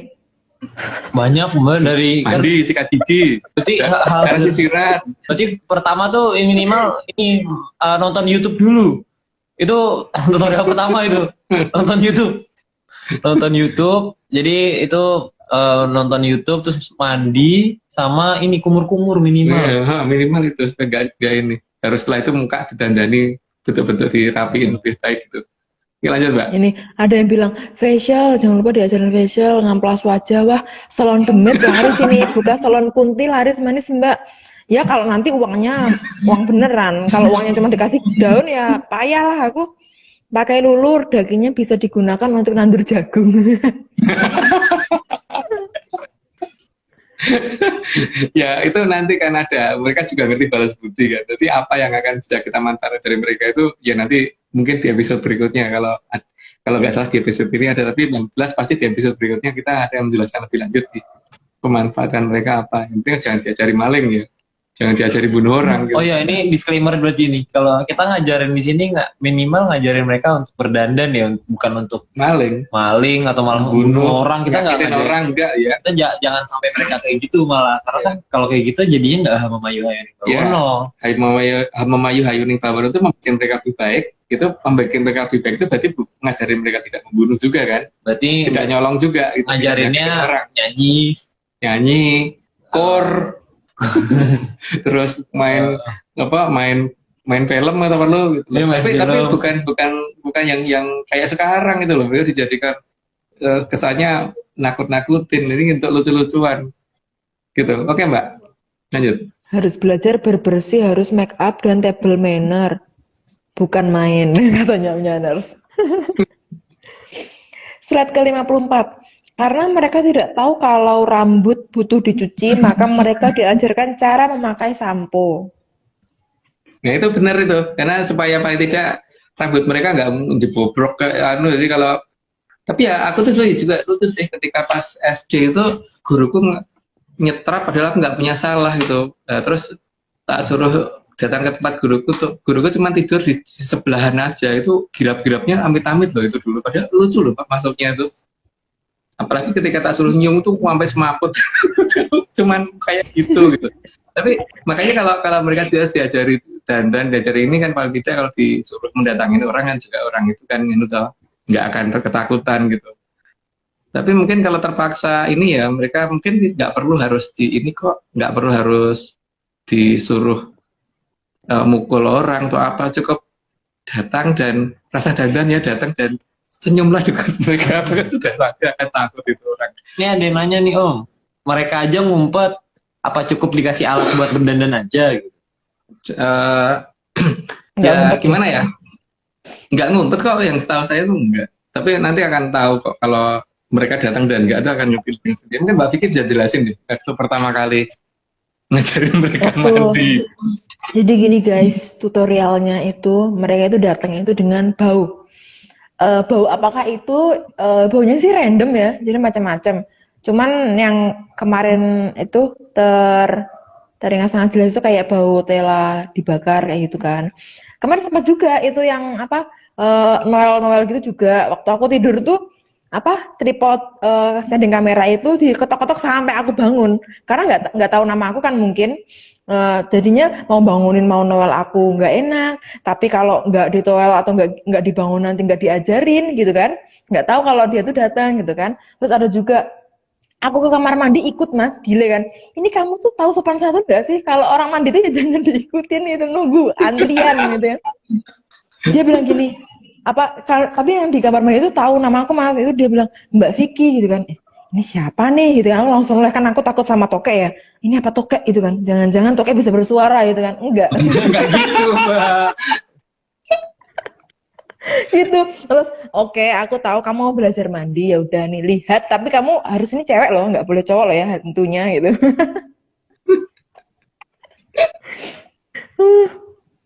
Aneh-aneh itu sebenarnya, itu si makhluk-makhluk itu lucu sih Mas sebenarnya, cuman aku juga bingung sih. Kenapa ya? Selama ini hal seperti itu, makhluk-makhluk seperti itu konotasinya itu suatu hal yang harus ditakuti, suatu hal yang harus kita singkirin. Padahal sebenarnya mereka itu tuh butuh belas kasihan manusia untuk bisa diajarin gitu kan, karena mereka mau belajar gitu kan, bukan makhluk yang nggak mau belajar kan ternyata. Iya, dan untuk supaya mereka mau datang kan pertama kali kita ke pedanyangan dulu toh Mbak, untuk yang kita sudah siap untuk membantu Hamumayu Hayuning Bawono terhadap mereka. Tapi jangan dibikin ngagetin ya waktu datang gitu kan, mereka datang karena ada yang nyuruh, dari danyangnya yang nyuruh akhirnya. Oke Mbak, lanjut. Oke. Slide ke-55, supaya basahnya tidak lama, maka diajarkan juga memakai hair dryer. Ya, supaya rambut mereka jangan basah mulu gitu. Jadi datengin masih tetes-tetes nanti. Ayo Mbak. Aku sering nyium bau telur bakar tapi merinding sih Mbak. Dikasih tahu gini aja, no. Kamu datang mau belajar apa nih? Mandi, belajar gosok gigi, belajar motong gigi, belajar motong kuku, atau apa, ditawarin nih Mas KSPG. Mending mandi dulu Mbak, langsung diprioritaskan sebelum mandi dulu karena ya itu yang paling ini supaya bau mereka berubah dulu ya. Mandi, sikat gigi sama keramas dulu itu yang paling penting untuk mereka. 3 hal ini dulu yang paling utama. Setelah itu baru yang lain. Jadi paling tidak itu mereka kan pasti belum diizinkan kelihatan ke kita ketika ini ya masih berantakan wajahnya. Tapi paling tidak kan kita bisa nyetelin YouTube kan. Ya kecuali kalau seperti kita udah biasa ngeliat mereka ya nggak masalah. Tapi untuk orang yang baru ini sementara sudah terdoktrin bahwa mereka itu serem, ya mungkin mereka biar datang dengan baunya dulu, jangan langsung muncul mukanya nanti setelah kita ajarin dandan gitu.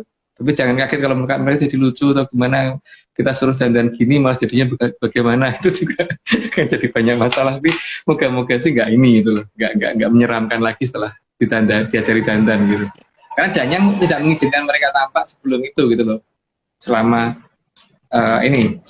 kita benar-benar akan Hamumayu Hayuning Bawono terhadap mereka gitu. Lanjut Mbak. Slide ke-56. Dikenalkan juga jepit rambut supaya rapi. Karena tidak semua makhluk seperti itu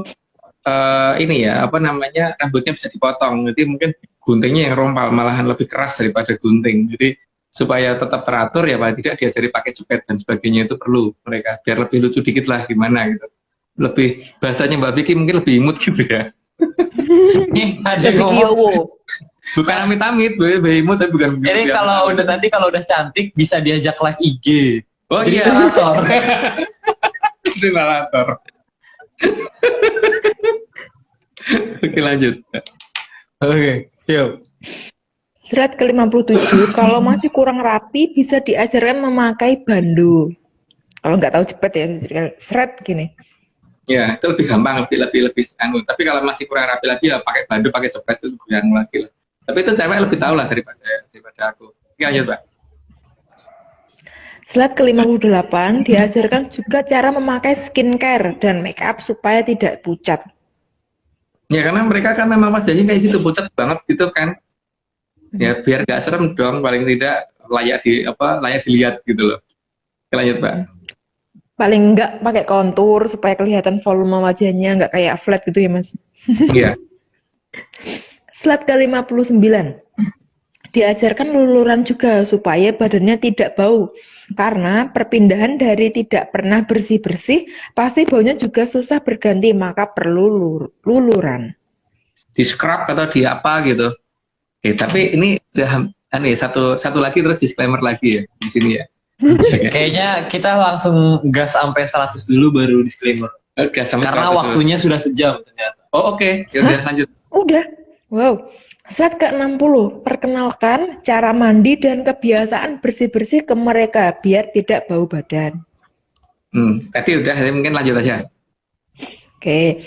Slide ke-61. Perkenalkan ke mereka berbagai merek minyak wangi supaya mereka tidak berbau anyir lagi. minimal minyak wangi yang murahan aja nggak apa-apa kan, yang palsu-palsu gitu untuk mereka. Tapi ya, apa namanya, ya semampu kita gitu. Banyak kok di tukang parfum gitu yang bisa diperkenalkan ke mereka. Jadi kan untuk tanda, oh kalau baunya seperti ini berarti yang pernah tak ajarin gitu. Mungkin diajari wangian apa gitu. Jadi bukan bau, jangan bau bangkai yang datang atau bau telo goreng lagi yang datang gitu. Telo bakar nih, telo goreng. Bahaya juga Pak. Telur goreng enak, Mas. Kayak di mulut gimana? Iya, dia harus dikasih tahu kalau diminum sama dia.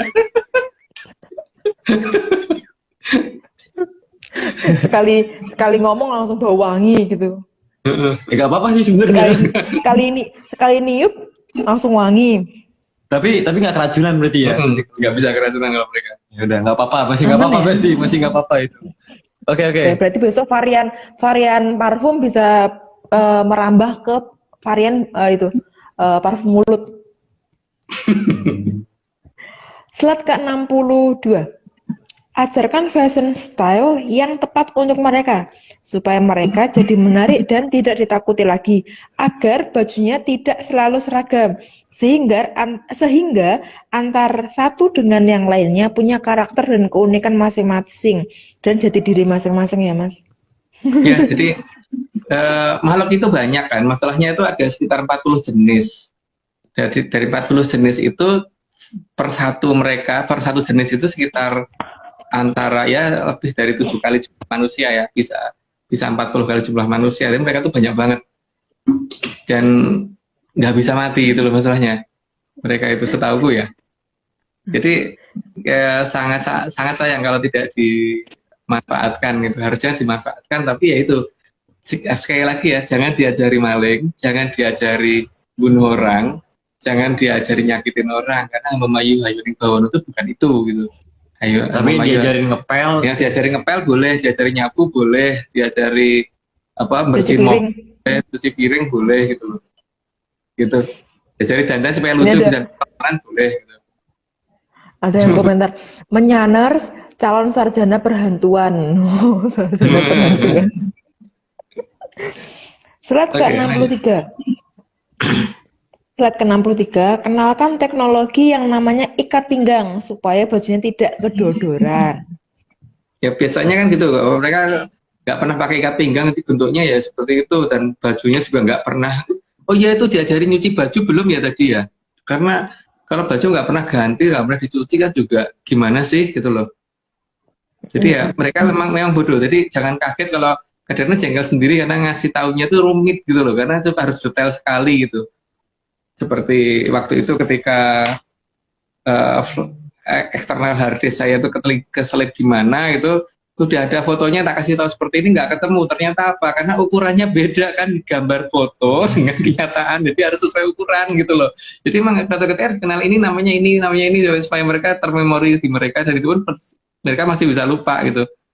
Jadi mereka tuh kalau ngambil sesuai dengan yang diperintahkan. Jadi kalau misalkan disuruh nyari eksternal harddisk harus ngerti ukurannya sekian, nanti bentuknya seperti apanya seperti itu, ada detail banget, nggak bisa kurang sedikit. Kalau ngasih taunya cuman bentuknya seperti ini ya gitu, nggak akan ketemu, karena ya, bisa aja ngambil punya orang lain malah jadinya bahaya itu. Ngambil punya orang lain mungkin nggak, karena ketika nyarinya ngerti rumah kita batasannya mana gitu. Tapi ini loh ukurannya yang kita tunjukin di laptop itu ukurannya segini gitu kan, sedangkan yang di kenyataannya lebih besar, yaitu mereka nggak akan ngambil karena yang bukan itu, gitu. Atau ada lecet dikit? Nggak, bukan. Mereka harus detail ngejelasinnya. Memang ya bodoh beneran. Oke, lanjut, Mbak. Sama Mas, kemarin itu kan yang waktu aku suruh nonton di kan aku download video gitu kan, terus aku puter unlimited, jadinya kayak dia muter ulang terus kan. Itu kan aku suruh kamu di sini aja nih melototin ini supaya tahu gimana caranya mandi. Enggak Mas, ngikutin. Malah ikut aku ke kamar yang lain gitu kan. Ini udah dikasih tahu kenapa kamu nggak nonton ini, malah pergi ngikutin gitu kan. Jadi harus kayak ditungguin gitu Mas, dia tuh kayak minta ditungguin. Kalau mau nonton ditungguin kayak gitu kan, aneh kan. Ini gimana sih, nggak tahu ya kata-kata silakan menonton sendiri gitu kan. Nggak paham. Mungkin bahasa Indonesianya kurang jelas Mbak mereka. Mungkin mereka punya bahasa hantu masalahnya, dan itu sangat susah menerjemahkan ke mereka kan. Karena secara definisi bahasa kita kan emang agak beda dengan mereka. Gak usah kawi, Mbak. Kayak mungkin mereka akan ngerti kawi. Oke, lanjut, Mbak. Jangan diajarin koruptor, nanti kebanyakan tempatnya nggak cukup. Oke, lanjut. Oke, slide ke 64 ya. Didandanin yang bagus supaya 64 kan? Empat, Yes benar. guys. Iya, benar. Didandanin yang bagus supaya tidak ada lagi makhluk aneh yang selera fashionnya buruk. Makanya kenapa sih anak kecil itu rata-rata senang mainan Barbie, sering mainan boneka dan sebagainya, itu kan sebenarnya mengingatkan kita supaya kita juga ngerti tugas kita itu merawat itu loh, bentuk-bentuk yang nggak jelas seperti itu loh, gitu kan. Tapi ya itu merawat itu bukan berarti kita harus memuja mereka, itu tidak, mereka yang memuja kita kok. Iya, Gitu loh. Dan mereka nggak ngatur kita loh ya. mungkin kalau yang cewek kan main Barbie, kalau cowok tuh biasanya ini apa suka gambar-gambar di mana aja gitu loh. Iya. Itu kan sama aja ya, minimal ngerapiin tempat mereka kan. Walaupun kelihatannya jadi berantakan gitu. Berantakan. Tapi intinya kan itu. Oke, lanjut, Mbak. Slide ke 65, dikenalkan memakai sendal supaya kakinya tidak terluka, supaya nggak berdarah ya Mas. Ya, karena nanti kalau jalan ada darah itu kan juga nggak baik ya. Oke, lanjut aja, Mbak. Harus sepatu gunung, kalau nggak Slide ke lepas ini. 60. Harus diketrafian. Lanjut, Mbak, lanjut, Mbak. Slide ke 66, dikenalkan pemakaian sepatu serta kaos kaki agar kakinya rapi, enggak paten bleketot ya guys. Yang penting itu kaos kaki ditunjukkan di kaki, itu bukan di kepala loh. Kadang-kadang mereka dipakai di tangan. Itu yang pengalaman yang paling gemesin kan di situ, ngajarinnya di kaki dan mereka makainya di tangan, kadang dipakai di kepala pun nggak cukup itu cuma lucu sih sampai robek. Oke, lanjut, Mbak. Kok goblok banget sih. Slide ke 67, diajarkan tata cara jalan yang benar supaya kalau diajak main tidak terlihat aneh sendiri. Ya paling tidak seperti ya ngambang atau gimana gitu. Jadi sekali-kali kayak jalanan apa bumi gitu, kayak cuma ngambang doang. Oke, lanjut, Mbak. Kalau enggak cuma loncat ya kan? Slide Gitu, ke 68. Saat ke 68, mereka biasanya tidak tahu cara memotong kuku, maka perlu diajarkan manicure, pedicure. Itu cukup nyetelin YouTube ya, karena mungkin ngajarinya sangat susah, dan apa kalau kuku kita pakai untuk ajarin gitu kan lama-lama habis juga. Jadi mending ya setelin video itu yang paling baik. Kan sekarang ada YouTube. Tapi dia malah jadi ngeklik komputer gimana? Bukan ngikutin yang di video. Jadi suruh diberitahu bahwa jangan diklik, biarin aja itu. Lihat itu aja. Gitu. Ya, lanjut, Mbak. Oke. Ini Menyanus bilang gini, kudu sabar yang ngajarin rodo dedel ya. Rodo dedel. Orang mau rodo ya Mas? Pokoknya blow on maksimal itu. Slide ke 69. Ya, 69 udah belum? Ya. Benar. Supaya kukunya bagus, diajarkan juga dengan yang namanya teknologi kutek, yang warnanya lucu-lucu.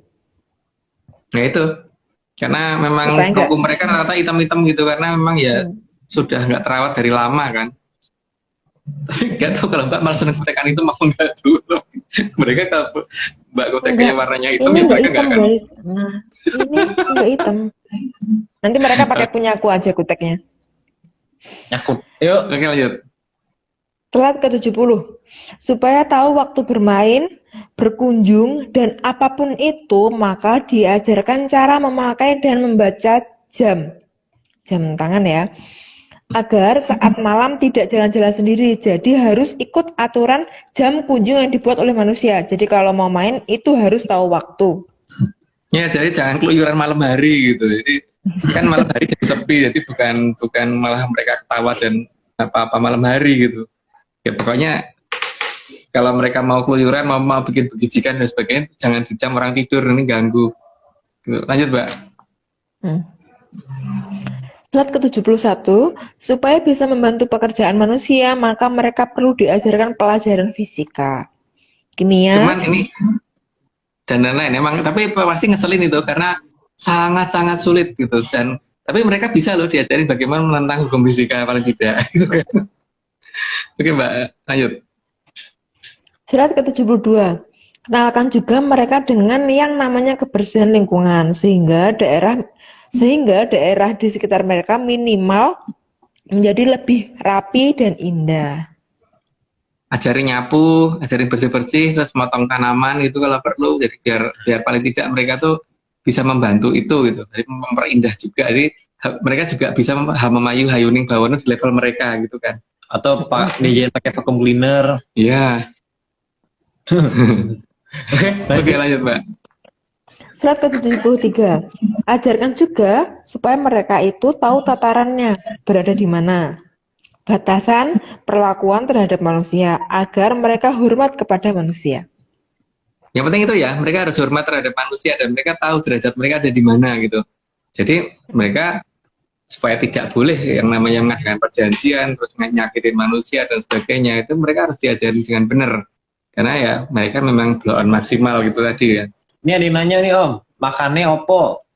Untuk masalah makanan ada 3 jenis ya sebenarnya. Seperti hewan itu ada yang karnivora, ada yang herbivora dan omnivora. Untuk yang karnivora sama omnivora itu yang makan daging dan itu pasti sudah akan langsung ditangani oleh leluhur di bawah Kilura Sabdopalon ya. Tugas kita kan yang herbivora itu ya. Makanya kalau seperti kunti dan sebagainya itu kan mereka senangnya di pohon randu karena memang makanannya kan buah dan biji randu gitu loh. Jadi nggak repot sih, biar mereka cari sendiri gitu sih. Nyari sendiri berarti. Oke, lanjut Mbak. Ntar gengs. Slide ke-74. Jadi manusia seharusnya mulai mencarikan model mereka itu akan dijadikan apa. Bukan malah ditinggal kabur, karena ajaran Hamamayu Hayuning Bawono itu bukan untuk kabur. Ya, jadi Hamamayu Hayuning Bawono loh ya, bukan kabur untuk Kabur ke Bawono. kabur ke Bawono karena melihat mereka itu bukan. Oke, Mbak lanjut aja. Jangan dikasih, katanya ada yang bilang jangan dikasih makan nanti manja. Oke. Slide ke-75. Jadi, salah satu tugas manusia adalah mengajari dan mengedukasi mereka untuk menjadi lebih tertata, dan enak dipandang. Sorry. Tertata. Tentara apa? Salah. Kayaknya nggak perlu dijelasin lagi Mbak ya, kan tadi udah ada banyak cerita. Oke, lanjut. Oke. Slide ke-76. Karena menaikkan derajat makhluk asar itu memang menjadi bagian dari Hamamayu Hayuning Bawono. Menaikkan derajat bukan mereka berarti sederajat dengan kita ya Mbak ya, tapi di bawah kita ya. Jadi itu yang harus diingat-ingat. Di bawah kita loh, jangan sampai mereka tuh di atas kita. Lanjut. Menaikkan derajat di sini tuh maksudnya kan minimal mereka itu kalau ditonton tuh ya nggak kasihan banget gitu kan Mas. Jadi Ya, kalau secara estetika itu masih bisa lah dilihat gitu kan. Maksudnya kan itu kan. Iya. Slide ke-77. Sementara itu, daging kelapa bisa dijadikan segala bentuk olahan makanan dan minuman. Ayo aja Mbak. Itu pasti udah pada tahu. Slide ke-78. Ketika masih muda, bisa digunakan untuk dibuat es kelapa muda. Itu enak itu. Lanjut aja Mbak. Slide ke-79. Bisa juga digunakan untuk membuat santan yang bisa digunakan untuk es dawet, opor, ayam, dan lain-lain. Jadi cendol dawet guys. Enak itu emang. Itu lanjut aja Mbak. Slide ke-80, air kelapa juga bisa menyembuhkan penyakit tertentu serta menetralkan racun organik yang tertelan manusia. Jadi juga bisa digunakan untuk ini ya, nyuci pusaka. Terutama air dari kelapa gading. Kalau dari kelapa hijau tuh nanti baunya yang nggak enak. Yang enak tuh yang kelapa gading, karena baunya nggak. Kelapa gading ya? Kelapa gading kalau nyuci pusaka. Bukan kelapa hijau. Bukan kelapa hijau. Bukan kelapa yang warna oranye itu Pak. Kelapa cengkir juga bukan. Oke, lanjut Mbak. Slide ke-81. Juga bisa diolah menjadi ramuan yang sangat menyehatkan bagi manusia. Lanjut aja. Slide 82. Bisa juga diolah menjadi minyak yang bisa digunakan untuk menggoreng. Ya, lanjut aja Mbak. Udah ngantuk. Slide ke-83. Daun kelapa juga ada 2 jenis yang dinamakan belarak dan janur. Itu jangan ketukar antara Belarak dan Janur ya. Kalau Belarak itu yang sudah ke samping gitu. Kalau Janur itu yang masih menghadap ke atas. Jadi yang masih menghadap ke atas. Dan ini Janur kuning kelapa gading ya yang kita omongkan, bukan kelapa hijau atau kelapa yang lain-lain. Ini Janur kuning kelapa gading. Oke, lanjut, Pak. Slide ke-84, belarak adalah daun kelapa yang sudah menghadap ke samping. Jadi merupakan daun tua. Oh, ternyata aku kebablasan, nanti lanjut aja. Slide ke-85, belarak bisa dibuat berbagai macam bentuk yang bisa menghias ruangan. Macam-macam itu, terutama kalau di Bali ini ya banyak banget. Oke, lanjut, Mbak. Slide ke-86, pemanfaatan belarak sangat tergantung dari kreativitas manusia yang masih memilih hidup, bukan memilih mati. Nah iyalah, kalau orang milih mati mana bisa bikin kreativitas gitu kan. Jadi ya, kalau bisa memang hidup itu kan kita ada tugas dan kewajiban. Nah, kalau bisa itu ya kita penuhin dulu dong selama kita hidup, dan jangan memilih mati gitu kan. Kita diciptakan untuk hidup, bukan diciptakan untuk mati. Ya, lanjut, Mbak. Slide ke-87, belarak juga mengingatkan akan tugas manusia itu adalah Hamemayu Hayuning Bawono. Dan untuk Hamemayu Hayuning Bawono itu wajib hidup. Ya kalau kita mati gimana bisa memperindah alam raya, malah kita aja mengerikan orang lain kok. Gitu. Jadi Hamemayu Hayuning Bawono tuh harga hidup. Ya harga hidup, bukan harga mati. Oke, ayo Mbak. Slide ke-88, sedangkan janur adalah daun kelapa yang masih muda dan masih menghadap ke arah atas tegak lurus. Itu tapi kita di sini ngomongnya kelapa gading ya, bukan kelapa yang lain ya. Oke, lanjut, Mbak. Slide ke-89, jadi janur itu bukan mengarah ke samping, apalagi ke bawah. Ya itu namanya bukan janur lagi kalau udah ke samping, namanya udah belarak. Apalagi ke bawah, apalagi udah jatuh. Ayo, Mbak. Slide ke-90, janur juga mengingatkan kepada manusia agar selalu ingat dengan leluhurnya yang sudah ada di atas. Jadi, yang ada di atas itu ada sangat banyak dan mayoritas adalah leluhur kita. Ini lanjut dulu aja, nanti penjelasannya nanti. Slide ke-91, agar manusia itu ingat bahwa ke atas itu ada jalannya, dan jalan itu akan mudah jika tidak melalui jagat gede, tapi dengan memanfaatkan jagat kecil kita. Untuk jagat gede baru sebagian kecil kita jelaskan di 113 ya. Itu dongeng kita di 113 kemarin, dan ini belum kita lanjutkan karena masih pada sibuk mencari penamaan yang sama, karena seperti Dewa Pangidari Terjagat itu, kayangan Pangidari Terjagat itu ada beberapa nama yang nggak ada gitu, dan bentuk gambarnya juga kita belum nemu, makanya belum kita lanjutkan. Tapi nanti pasti kita lanjutkan itu kan setelah penamaannya kita mengerti disesuaikan dengan penamaan zaman now sekarang ini, ditambah dengan kita bisa mengilustrasikan gambar, karena saat ini Mas Joni juga lagi sibuk untuk menggambar slide dan ada pekerjaan yang banyak. Jadi kalau saya minta untuk digambarkan bentuk-bentuk tertentu, nanti setelah beliau renggang dulu, senggang kok renggang begitu. Oke, Mbak, lanjut. Daripada nanti requestnya bentuk bangunan atau bentuk tertentu, malah yang digambar ikan ya, Mas ya? Iya. Oke, lanjut, Mbak. Slide ke-92, maka tangga yang indah itu memang ada di dalam, bukan di luar. Ya, tangga yang bagus pasti di dalam. Jadi di dalam diri kita tuh udah ada tangga yang bisa kita pakai untuk mencapai kekayangan. Tapi itu versi dongeng kita. Kalau ada yang menganggap nggak ada, ya nggak apa-apa. Tapi ya itulah kalau di kita begitu. Ayo, Mbak. Oke. Slide ke-93, dan tangga yang bisa dibawa kemana-mana itu pasti tidak stabil, terutama saat di luar rumah. Dan itu tangganya bisa rata-rata digunakan di luar. Kalau digunakan di dalam juga bisa, tapi biasanya hanya pada saat pembangunan rumahnya, bukan pada saat rumahnya terjadi, gitu. Atau untuk memperbaiki sesuatu yang ada di dalam rumah biasanya. Karena sifatnya yang dari luar, dari jagat gede itu begitu gitu, bukan sesuatu hal yang rutin tiap hari kan ke kitanya. Dan itu bisa digunakan juga untuk naik, tapi naiknya terbatas pada ketinggian berapa dan ya beda lah antara tangga yang dari dalam dan yang di luar. Makanya mengerti bagaimana ngukur raga jagat kecil kita itu sebenarnya paling penting daripada menggunakan jagat gede. Apalagi apa yang ngantri ya. Yus gitu Mbak, lanjut. Andri. Slide ke-94. Tangga yang digunakan di luar rumah biasanya juga lebih gampang kotor dan hanya menghantarkan sampai mendekati pintu rumah saja. Jadi kalau lewat jagat gede itu memang tidak akan sampai ke posisi tempat depan ke dalam selama tangkap istilahnya kalau dia bagi kita, tapi di situ berarti paling tidak sudah mendekat gitu kan. Tapi kan sayang kalau kita bisa menggunakan jagat kecil kita untuk mencapai ke sana dan itu tidak digunakan.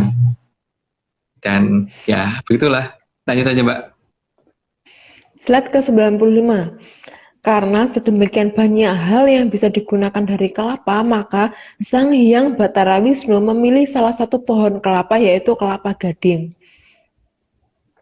Itu lanjut dulu aja. Slide ke-96, bahkan Sang Hyang Batara Wisnu pernah menitis menjadi seorang raja yang sangat besar dan dikenal sebagai Sang Mahaprabu Kelopo Gading. Nah, sayangnya nama itu hilang, tapi dalam cerita dongeng kita ternyata itu masih ada. Jadi nggak tahu deh dongengnya yang benar bagaimana, tapi anggap aja memang kita dongeng kok. Tapi bagi kita Mahaprabu Kelapa Gading itu ada, dan itu termasuk raja besar karena tradisi menggunakan beliau untuk tanda keselamatan itu masih dipakai sampai dengan hari ini kan. Itu kalau tidak raja besar nggak mungkin dipakai sampai sekarang. Lanjut Mbak. Oke. Slide ke-97, sedemikian besar jasa Sang Mahaprabu Kelapa Gading atas Nuswantara, maka meskipun keberadaannya dilupakan, tapi nama beliau bisa dijadikan simbol keselamatan. Dan sampai sekarang itu masih terjadi ya, jadi artinya beliau pasti ada gitu kan, dan itu di zaman apa, itu perlu dicari sendiri. Tapi yang jelas beliau ada di masa itu dan mempunyai wibawa yang sangat besar, sehingga tanda yang dipakai beliau itu bisa dipakai untuk menghindarkan dari mara bahaya. Gitu. Lanjut Mbak. Slide ke-98. Sang Mahaprabu Kelapa Gading pernah menata agar semua makhluk bisa hidup berdampingan. Jadi bukan untuk saling menakuti dan saling mengancam dengan dalih mengadakan perjanjian. Ya tapi kalau mau ada perjanjian, kalau ada yang mau ya monggo, kalau saya sih nggak mau ya janji-janji seperti dengan makhluk seperti itu. Tugas kita kan noto bukan ditoto. Bukan janji mereka. Janji ngajarin boleh. Janji ngajarin boleh, tapi kalau janji nanti mereka minta apa itu nggak mau, kita harusnya nggak boleh seperti itu gitu. Oke lanjut Pak. Oke. Slide ke-99, bagi Sang Mahaprabu Kelapa Gading tidak boleh ada makhluk asor yang mengajak manusia mengadakan perjanjian karena mereka di bawah manusia dan harus diatur oleh manusia. Ya namanya Memayu Hayuning Bawono, kalau kita setataran dengan mereka nggak bisa ngatur mereka. Kita berarti apalagi kalau mereka dianggap lebih tinggi daripada kita, itu lebih nggak mungkin dia memayu kan. Jadi supaya bisa dia memayu ya kita harus di atas mereka, dan itu mereka harus diajarkan supaya ngerti tataran dan tingkatan bahwa mereka ada di mana posisinya gitu, bukan mengajak perunding dan kita mau gitu. Kita lanjut Mbak. Habis ini ya. Slide ke-100, Sang Mahaprabu Kelapa Gading juga mengajarkan secara sempurna dari definisi Hamemayu Hayuning Bawono, jadi bukan kabur atau ketakutan. Ya, kalau kita punya tataran yang lebih tinggi, memang seharusnya kita tuh Hamemayu Hayuning Bawono, bukan ketakutan kepada Bawono gitu ya. Apa tadi? Ketakutan isan-isan Bawono gitu loh. Karena mereka isan-isan jagat gitu, jadi mereka tuh harus ditoto. Bukan isan-isan jagat yang harus ditakuti. Oke, sekarang berarti disclaimer dulu. Disclaimer dulu. Kita sesuai request pakai echo. Jadi apakah ekonya sudah terdengar? Oke. Ini dia. Ini semua cuma dongeng. Tidak percaya, tidak apa-apa. Kalau mau percaya, ya jalan. Ya lagi. Atau yang enggak satunya? Nanti. Iya deh. Ini semua cuma dongeng. Kalau nggak percaya ya nggak apa-apa. Tapi kalau mau percaya, ya jangan.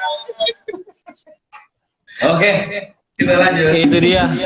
Kita dangdutannya sudah selesai.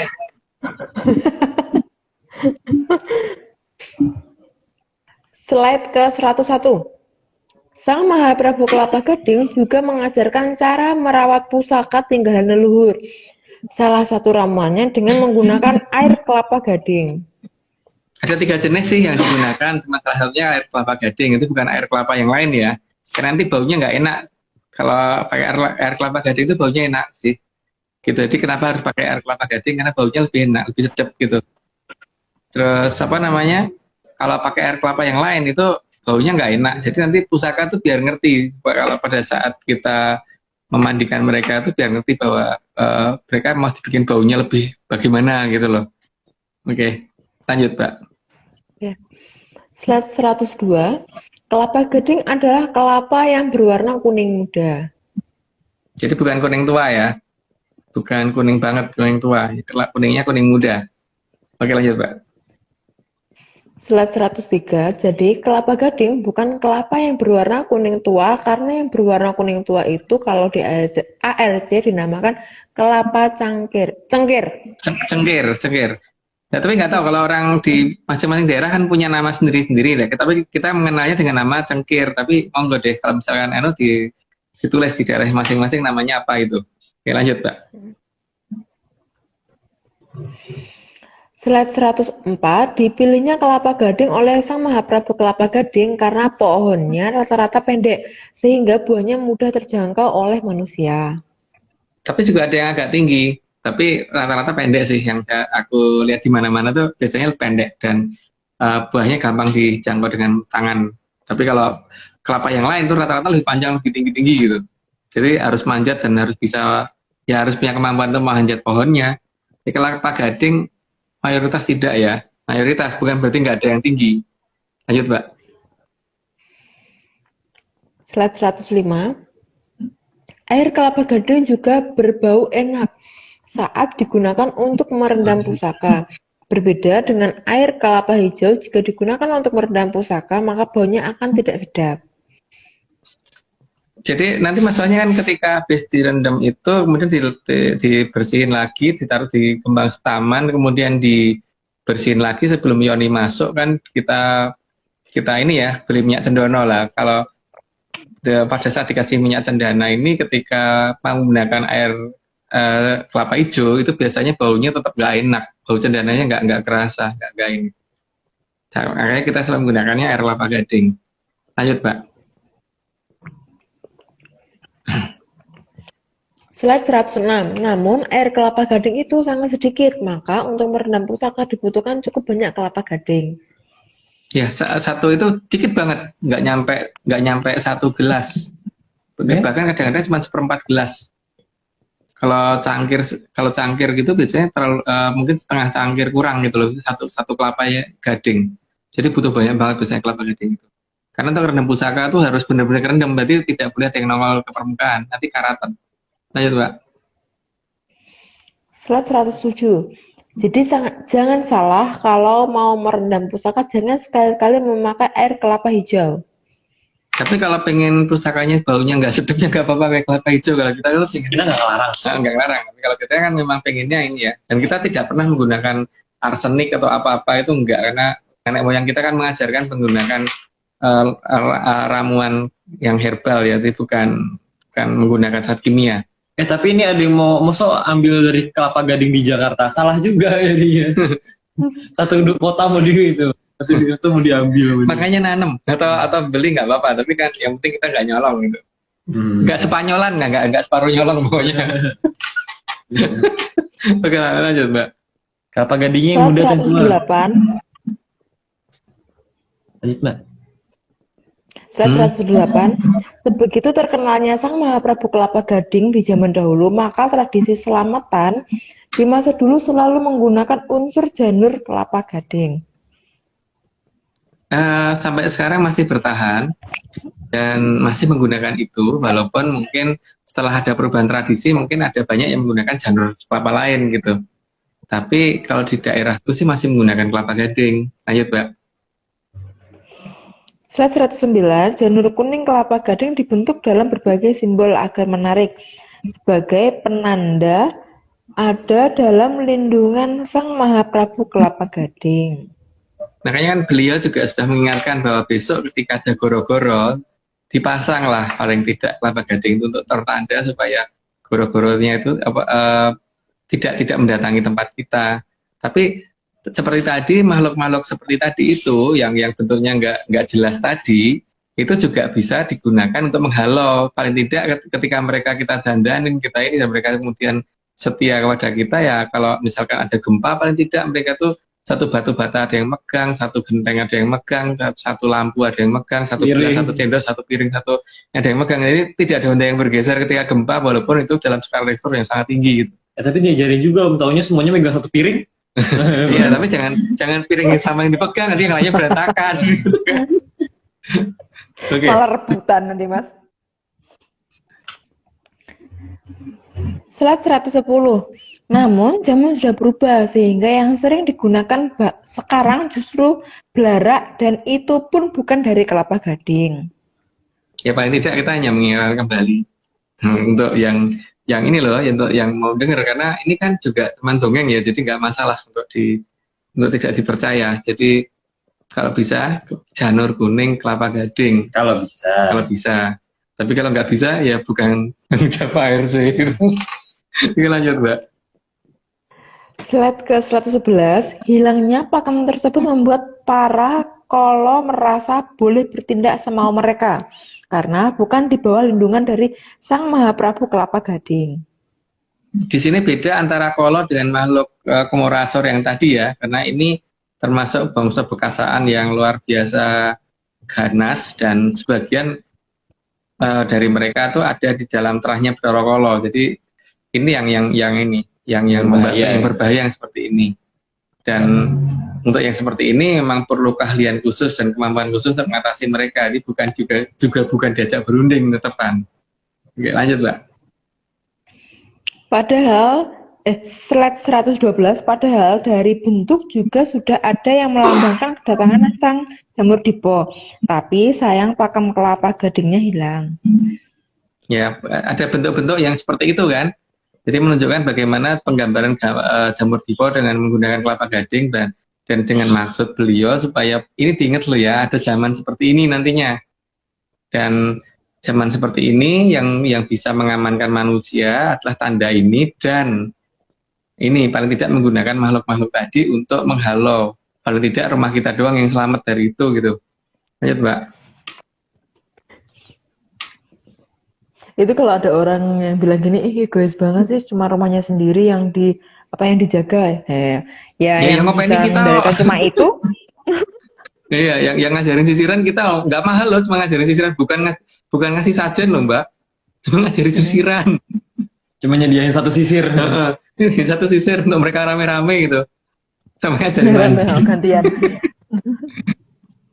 Oke, Mbak, lanjut. Slide 13, jadi bentuk Jamur Dipo ada di berbagai bentuk hiasan dari belarak saat ini yang dulunya dipakemkan dari kelapa gading. Ya bentuknya mungkin bisa dilihat macam-macam ya, dan biasanya apalagi yang taruh di atas itu bentuk lengkungan Jamur Diponya kelihatan sih, cuman ya mungkin karena sudah ada perubahan tradisi atau mungkin tradisinya sudah berbeda dengan ARC, maka dianggap itu cuma hiasan. Oke, lanjut, Mbak. Oke. Slide 114, bahkan lambang Jamur Dipo banyak ditemui di gerbang sebagai tanda oleh Sang Mahaprabu Kelapa Gading bahwa kembalinya Nuswantara akan dimulai dari munculnya Jamur Dipo di luar pagar. Di luar pagar ya, jadi di luar pagar munculnya Jamur Dipo, dan itu untuk menghalau kan, untuk menghalau bahwa ini anak putune sama Prabu Kelapa Gading, berarti mereka jangan masuk gitu kan. Maaf, Mbak. Slide 115. Pola bentuk dari jamur Dipo juga ditunjukkan bervariasi sekali. Ya, itu bisa dilihat di gambar itu ya, bervariasi seperti apa, dan biasanya ditaruhnya di atas, bukan di bawah, karena kan memang itu mengembangnya di atas kan jamur itu. Dan ini hanya untuk tanda bahwa jangan ke sini ya, gitu kan. Oke, lanjut, Mbak. Slide 116, pola perambatan jamur dipo juga sangat bervariasi dan selalu dilambangkan condong. Pertama condong, yang kedua tuh ada arah yang kemana-mana itu yang ditunjukkan dengan kayak panah yang agak banyak gitu loh di anunya itu. Dan itu ke atas gitu loh, jadi melebar ke atas terus kemudian menyebar gitu. Nih, Jadi urutan dari bawah kan mulai ngembang terus bentuk setelah itu menyebarnya begitu gitu. Itu tapi ya kalau pakem itu sudah hilang ya nggak tahu ya. Tapi kan kalau kita menganggap seperti itu. Gitu. nih ada yang nanya Om, kalau misalnya janurnya nggak dibentuk, gimana? Misal dicantelin di atas pintu doang. Nggak apa-apa, namanya beliau kan mintanya janur kuning kelapa gading, bukan dibentuk-bentuk. Bukan janur kuning Cuman dibentuk. kalau bisa dibentuk itu lebih bagus. Tapi kalau tidak ya nggak apa-apa toh. Yang penting kan lambang itu sudah kita sediakan. Jadi kalau dibentuk itu ya sebagai Untuk artistiknya aja. estetiknya aja. Oke. Slide 117, maka sangat jelas yang diinginkan oleh Sang Mahaprabu Kelapa Gading agar lambang janur kuning kelapa gading selalu dijadikan tanda keselamatan yang menunjukkan tanggung jawab beliau atas anak cucu. Itu kan kelihatan ya, bentuk janur tiponya itu ada dari mana, terus kemudian nanti melayang-layang kemana-mananya itu ditunjukkan seperti itu. Dan beliau paling tidak ngasih tanda itu, karena semua itu ada yang bawa, dan yang bawa ini ngerti waktu itu pertanda apa yang diberikan oleh beliau supaya mereka tidak mendatangi tempat itu. Lanjut, Pak. Terus kalau ujungnya itu apa ya, Mas? Yang mana? Nih yang ini. Nah ini, bukan, yang bawah-bawah. Nah itu, Yang itu? Ya itu kan terbangnya jamur tiba ke mulai pindah tempat kan, perlambang itu kan, Mbak. Oke, next slide 118. Jadi yang diinginkan bukan belarak kelapa gading, tapi janur kelapa gading. Ingat loh ya, janur kuning kelapa gading, bukan belaraknya ataupun janur yang lain gitu. Lanjut, Mbak. Slide 119, karena janur kelapa gading berarti dijampangi oleh nur kang wening. Ya, cahaya yang berwarna kuning, yang berwarna bening nggak kuning. Oke, lanjut, Mbak. Slide 120, dan nur kang wening itu adalah perlambang dari Sang Hyang Wening. Makanya yang diminta adalah janur kuning kelapa gading gitu kan, Mbak. Kalau janurnya udah kering gimana Om? Nggak apa-apa, yang penting janur kuning kelapa gadingnya pernah kita pasang. Tempatku juga udah kering kok, Aryo. Iya. Lanjut. Oke. Slide ke 121, karena ada Sang Hyang Wening inilah maka para kolo, drubikso, dan sejenisnya akan takut dan memilih menghindar. Harusnya begitu ya. Versi air sih. Oh iya, oke. Versi dongengnya. Versi dongengnya begitu. Lanjut, Mbak. Slide 122, tanda dari Sang Hyang Wening saat jamur dipo muncul memang harus diadakan supaya terhindar dari ganasnya jamur dipo. Jadi peringatan itu sudah dari zaman jauh-jauh hari sebelum orang ngerti akan adanya jamur dipo ya. Lanjut, Mbak. Slide 123, dan Sang Mahaprabu Watu Gunung juga sudah mengingatkan bahwa di atas Sang Hyang Wening masih ada tataran Sang Hyang yang di atasnya lagi. Tapi untuk masalah jamur dipo cukup bernaung ke Sang Hyang Wening. Tidak perlu ke tataran yang ada di atasnya lagi. Karena sudah cukup untuk beliau untuk mengatasi jamur dipo, cukup Sang Hyang Wening itu sudah cukup banget, jadi nggak perlu sampai ke Sang yang di atasnya. Karena ada banyak banget ya, ada tingkatannya. Jadi kalau dibacain capek dan buang waktu. Jadi pernah kita ungkap di beberapa episode yang lalu. Lanjut, Mbak. Slide 124, karena alam punya hierarki, jadi suatu masalah harus diselesaikan oleh hierarki yang tepat. Tidak semuanya harus diatasi oleh otoritas tertinggi. Ya, sekarang nggak usah jauh-jauh deh kalau di rumah kita kotor, kemudian kita harus nyapu, itu kita ngomong ke pembantu udah cukup, tidak perlu ngomong ke Pak RT. Pak RT ngamuk kalau suruh bersihin rumah kita, apalagi ngomong ke Pak RW atau Pak Lurah atau Bupati atau Presiden. Kalau mau ngomong ke Presiden untuk membersihkan rumah, paling tidak pas pamres pasti ngamuk gitu kan. Jadi semua ada Penghinaan tatarannya. itu, Mas. Jadi, ya tidak harus ke ya, otoritas tertinggi. Lanjut, Mbak. Oke. Slide ke-125, bahkan di kehidupan manusia saja, jika seseorang manajer diminta mengepel lantai, maka pasti akan marah dan tersinggung, karena itu adalah tugas cleaning service, bukan tugas manajer. Baru sampai manajer ya, bukan sampai direktornya loh. Coba aja kalau gitu dipecat beneran tuh kalau berani ngomong gitu ke direktornya. Investornya. Atau lagi ke investornya gitu. Itu CEO-nya gitu. CEO. Disuruh ngepel lantai itu nggak mungkin mau. Komisaris. Kejauhan, Ayolah. guys. Oh, tadi ada yang nanya. 126. Nanya apa, Pak? Itu janurnya harus disoankan dulu atau tidak? Ya lebih baik kalau disoalkan dulu. Dan mantranya kayaknya kemarin kita pakai bahasa paling sopan aja gitu ya. Pakai bahasa Paling sopan yang pernah digunakan di daerahnya gitu loh. Tapi kalau nggak pakai bahasa Indonesia juga nggak apa-apa kan? Tapi yang paling sopan gitu. Ya. Paling sopan. Oke, lanjut. Slide Bukan pakai lulu. 126. Slide 126. Maka yang diinginkan oleh Sang Mahaprabu Kelapa Gading adalah agar anak cucu tahu kembali tentang hierarki alam. Tahu harus kemana memohon agar permohonan tidak dianggap sebagai hinaan.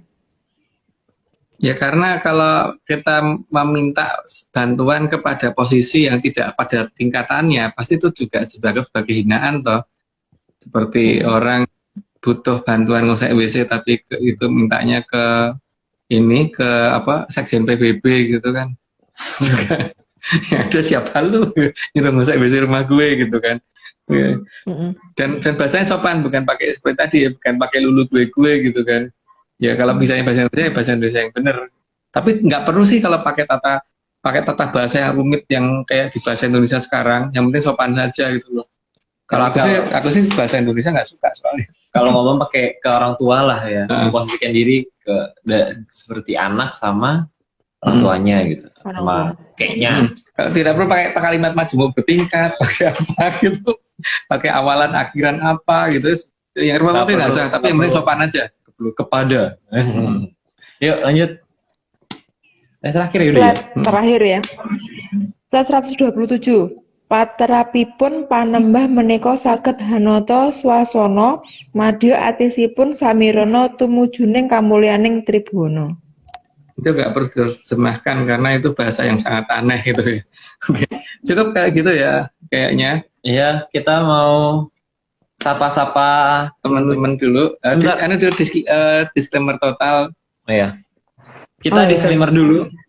Jadi disclaimer biasanya dulu, udah lama nggak ngomong. Jadi ini semua cuma dongeng. Kalau nggak percaya ya nggak apa-apa. Tapi kalau mau percaya ya jangan.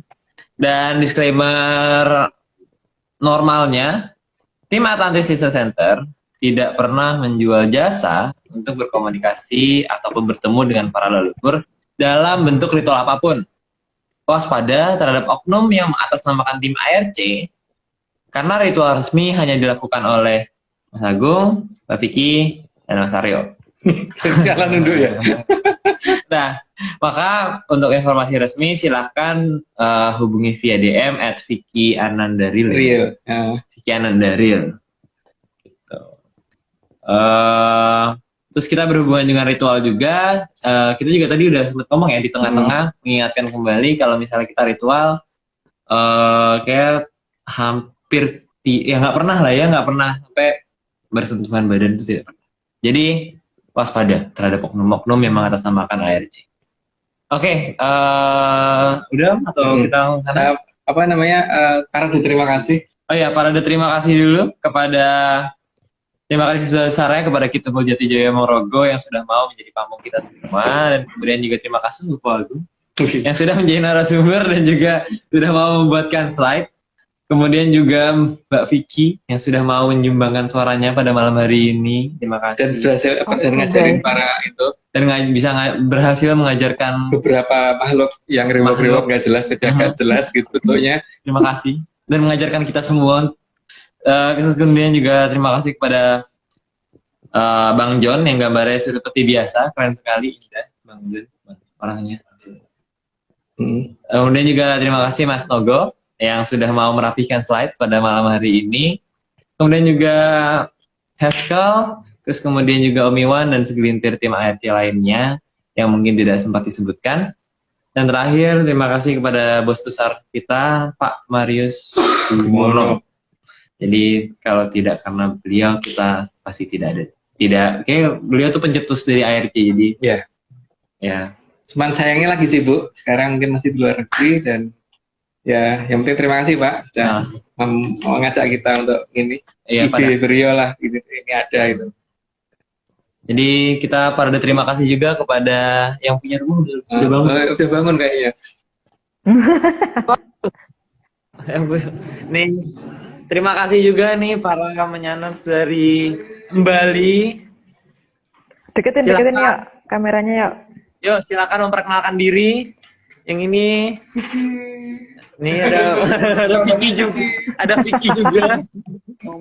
Ini ada Mas Komang, terus ada siapa lagi? Ini ada Mas Merte. Iya, terus ini juga ada. Nah, ini dia nih. Ini pelukis kita nih sama ini. Jadi sekian sudah kita live hari ini dari Bali. Jadi sampai jumpa mungkin dari negara Jembrana. Oh, kita dari Hotel Segara Mandala, dari Hotel Segara Mandala di Jembrana. Dan jadi teman-teman mungkin kita akan menginformasikan Mas perihal ini ya, apa namanya, kopi darat, kopdar yang akan dilakukan di 3 tempat. Mungkin informasinya itu akan diupload secepatnya. Tapi untuk besok kita akan lakukan di sini di Jembrana, di Hotel Segara Mandala di daerah Jembrana. Tempatnya enak banget. Tempatnya asik banget, seru banget. Jadi kalau misalnya ada yang mau bergabung, silahkan bergabung. Dan ya bergabung aja. Tidak ada tuntutan dari kita juga. Ya kalau nggak mau bergabung ya nggak apa-apa sih. Jadi teman-teman, sekian malam hari ini. Dan sampai jumpa di pertemuan minggu depan. Oh ya, nanti untuk perkara waktu itu bisa hubungi ini di bawah ini. Dan jadi kita bakal nampilin slide flyer juga kan untuk itu kopdar di beberapa tempat ini yang di Bali. Terus untuk Sherlocknya mungkin kalau misal ragu di Google Map nanti bisa DM aku ya guys. Ya, oke. Jadi sekian hari ini, sampai jumpa di pertemuan Rabu depan. Pertemuan di Rabu depan. Pertemuan Rabu depan di episode 116 masih di episode series yang sama. Jadi sampai jumpa di minggu depan, dan kalau ada kopdar sampai jumpa di kopdar, dan salam sehat dan salam menyan. Salam menyan guys.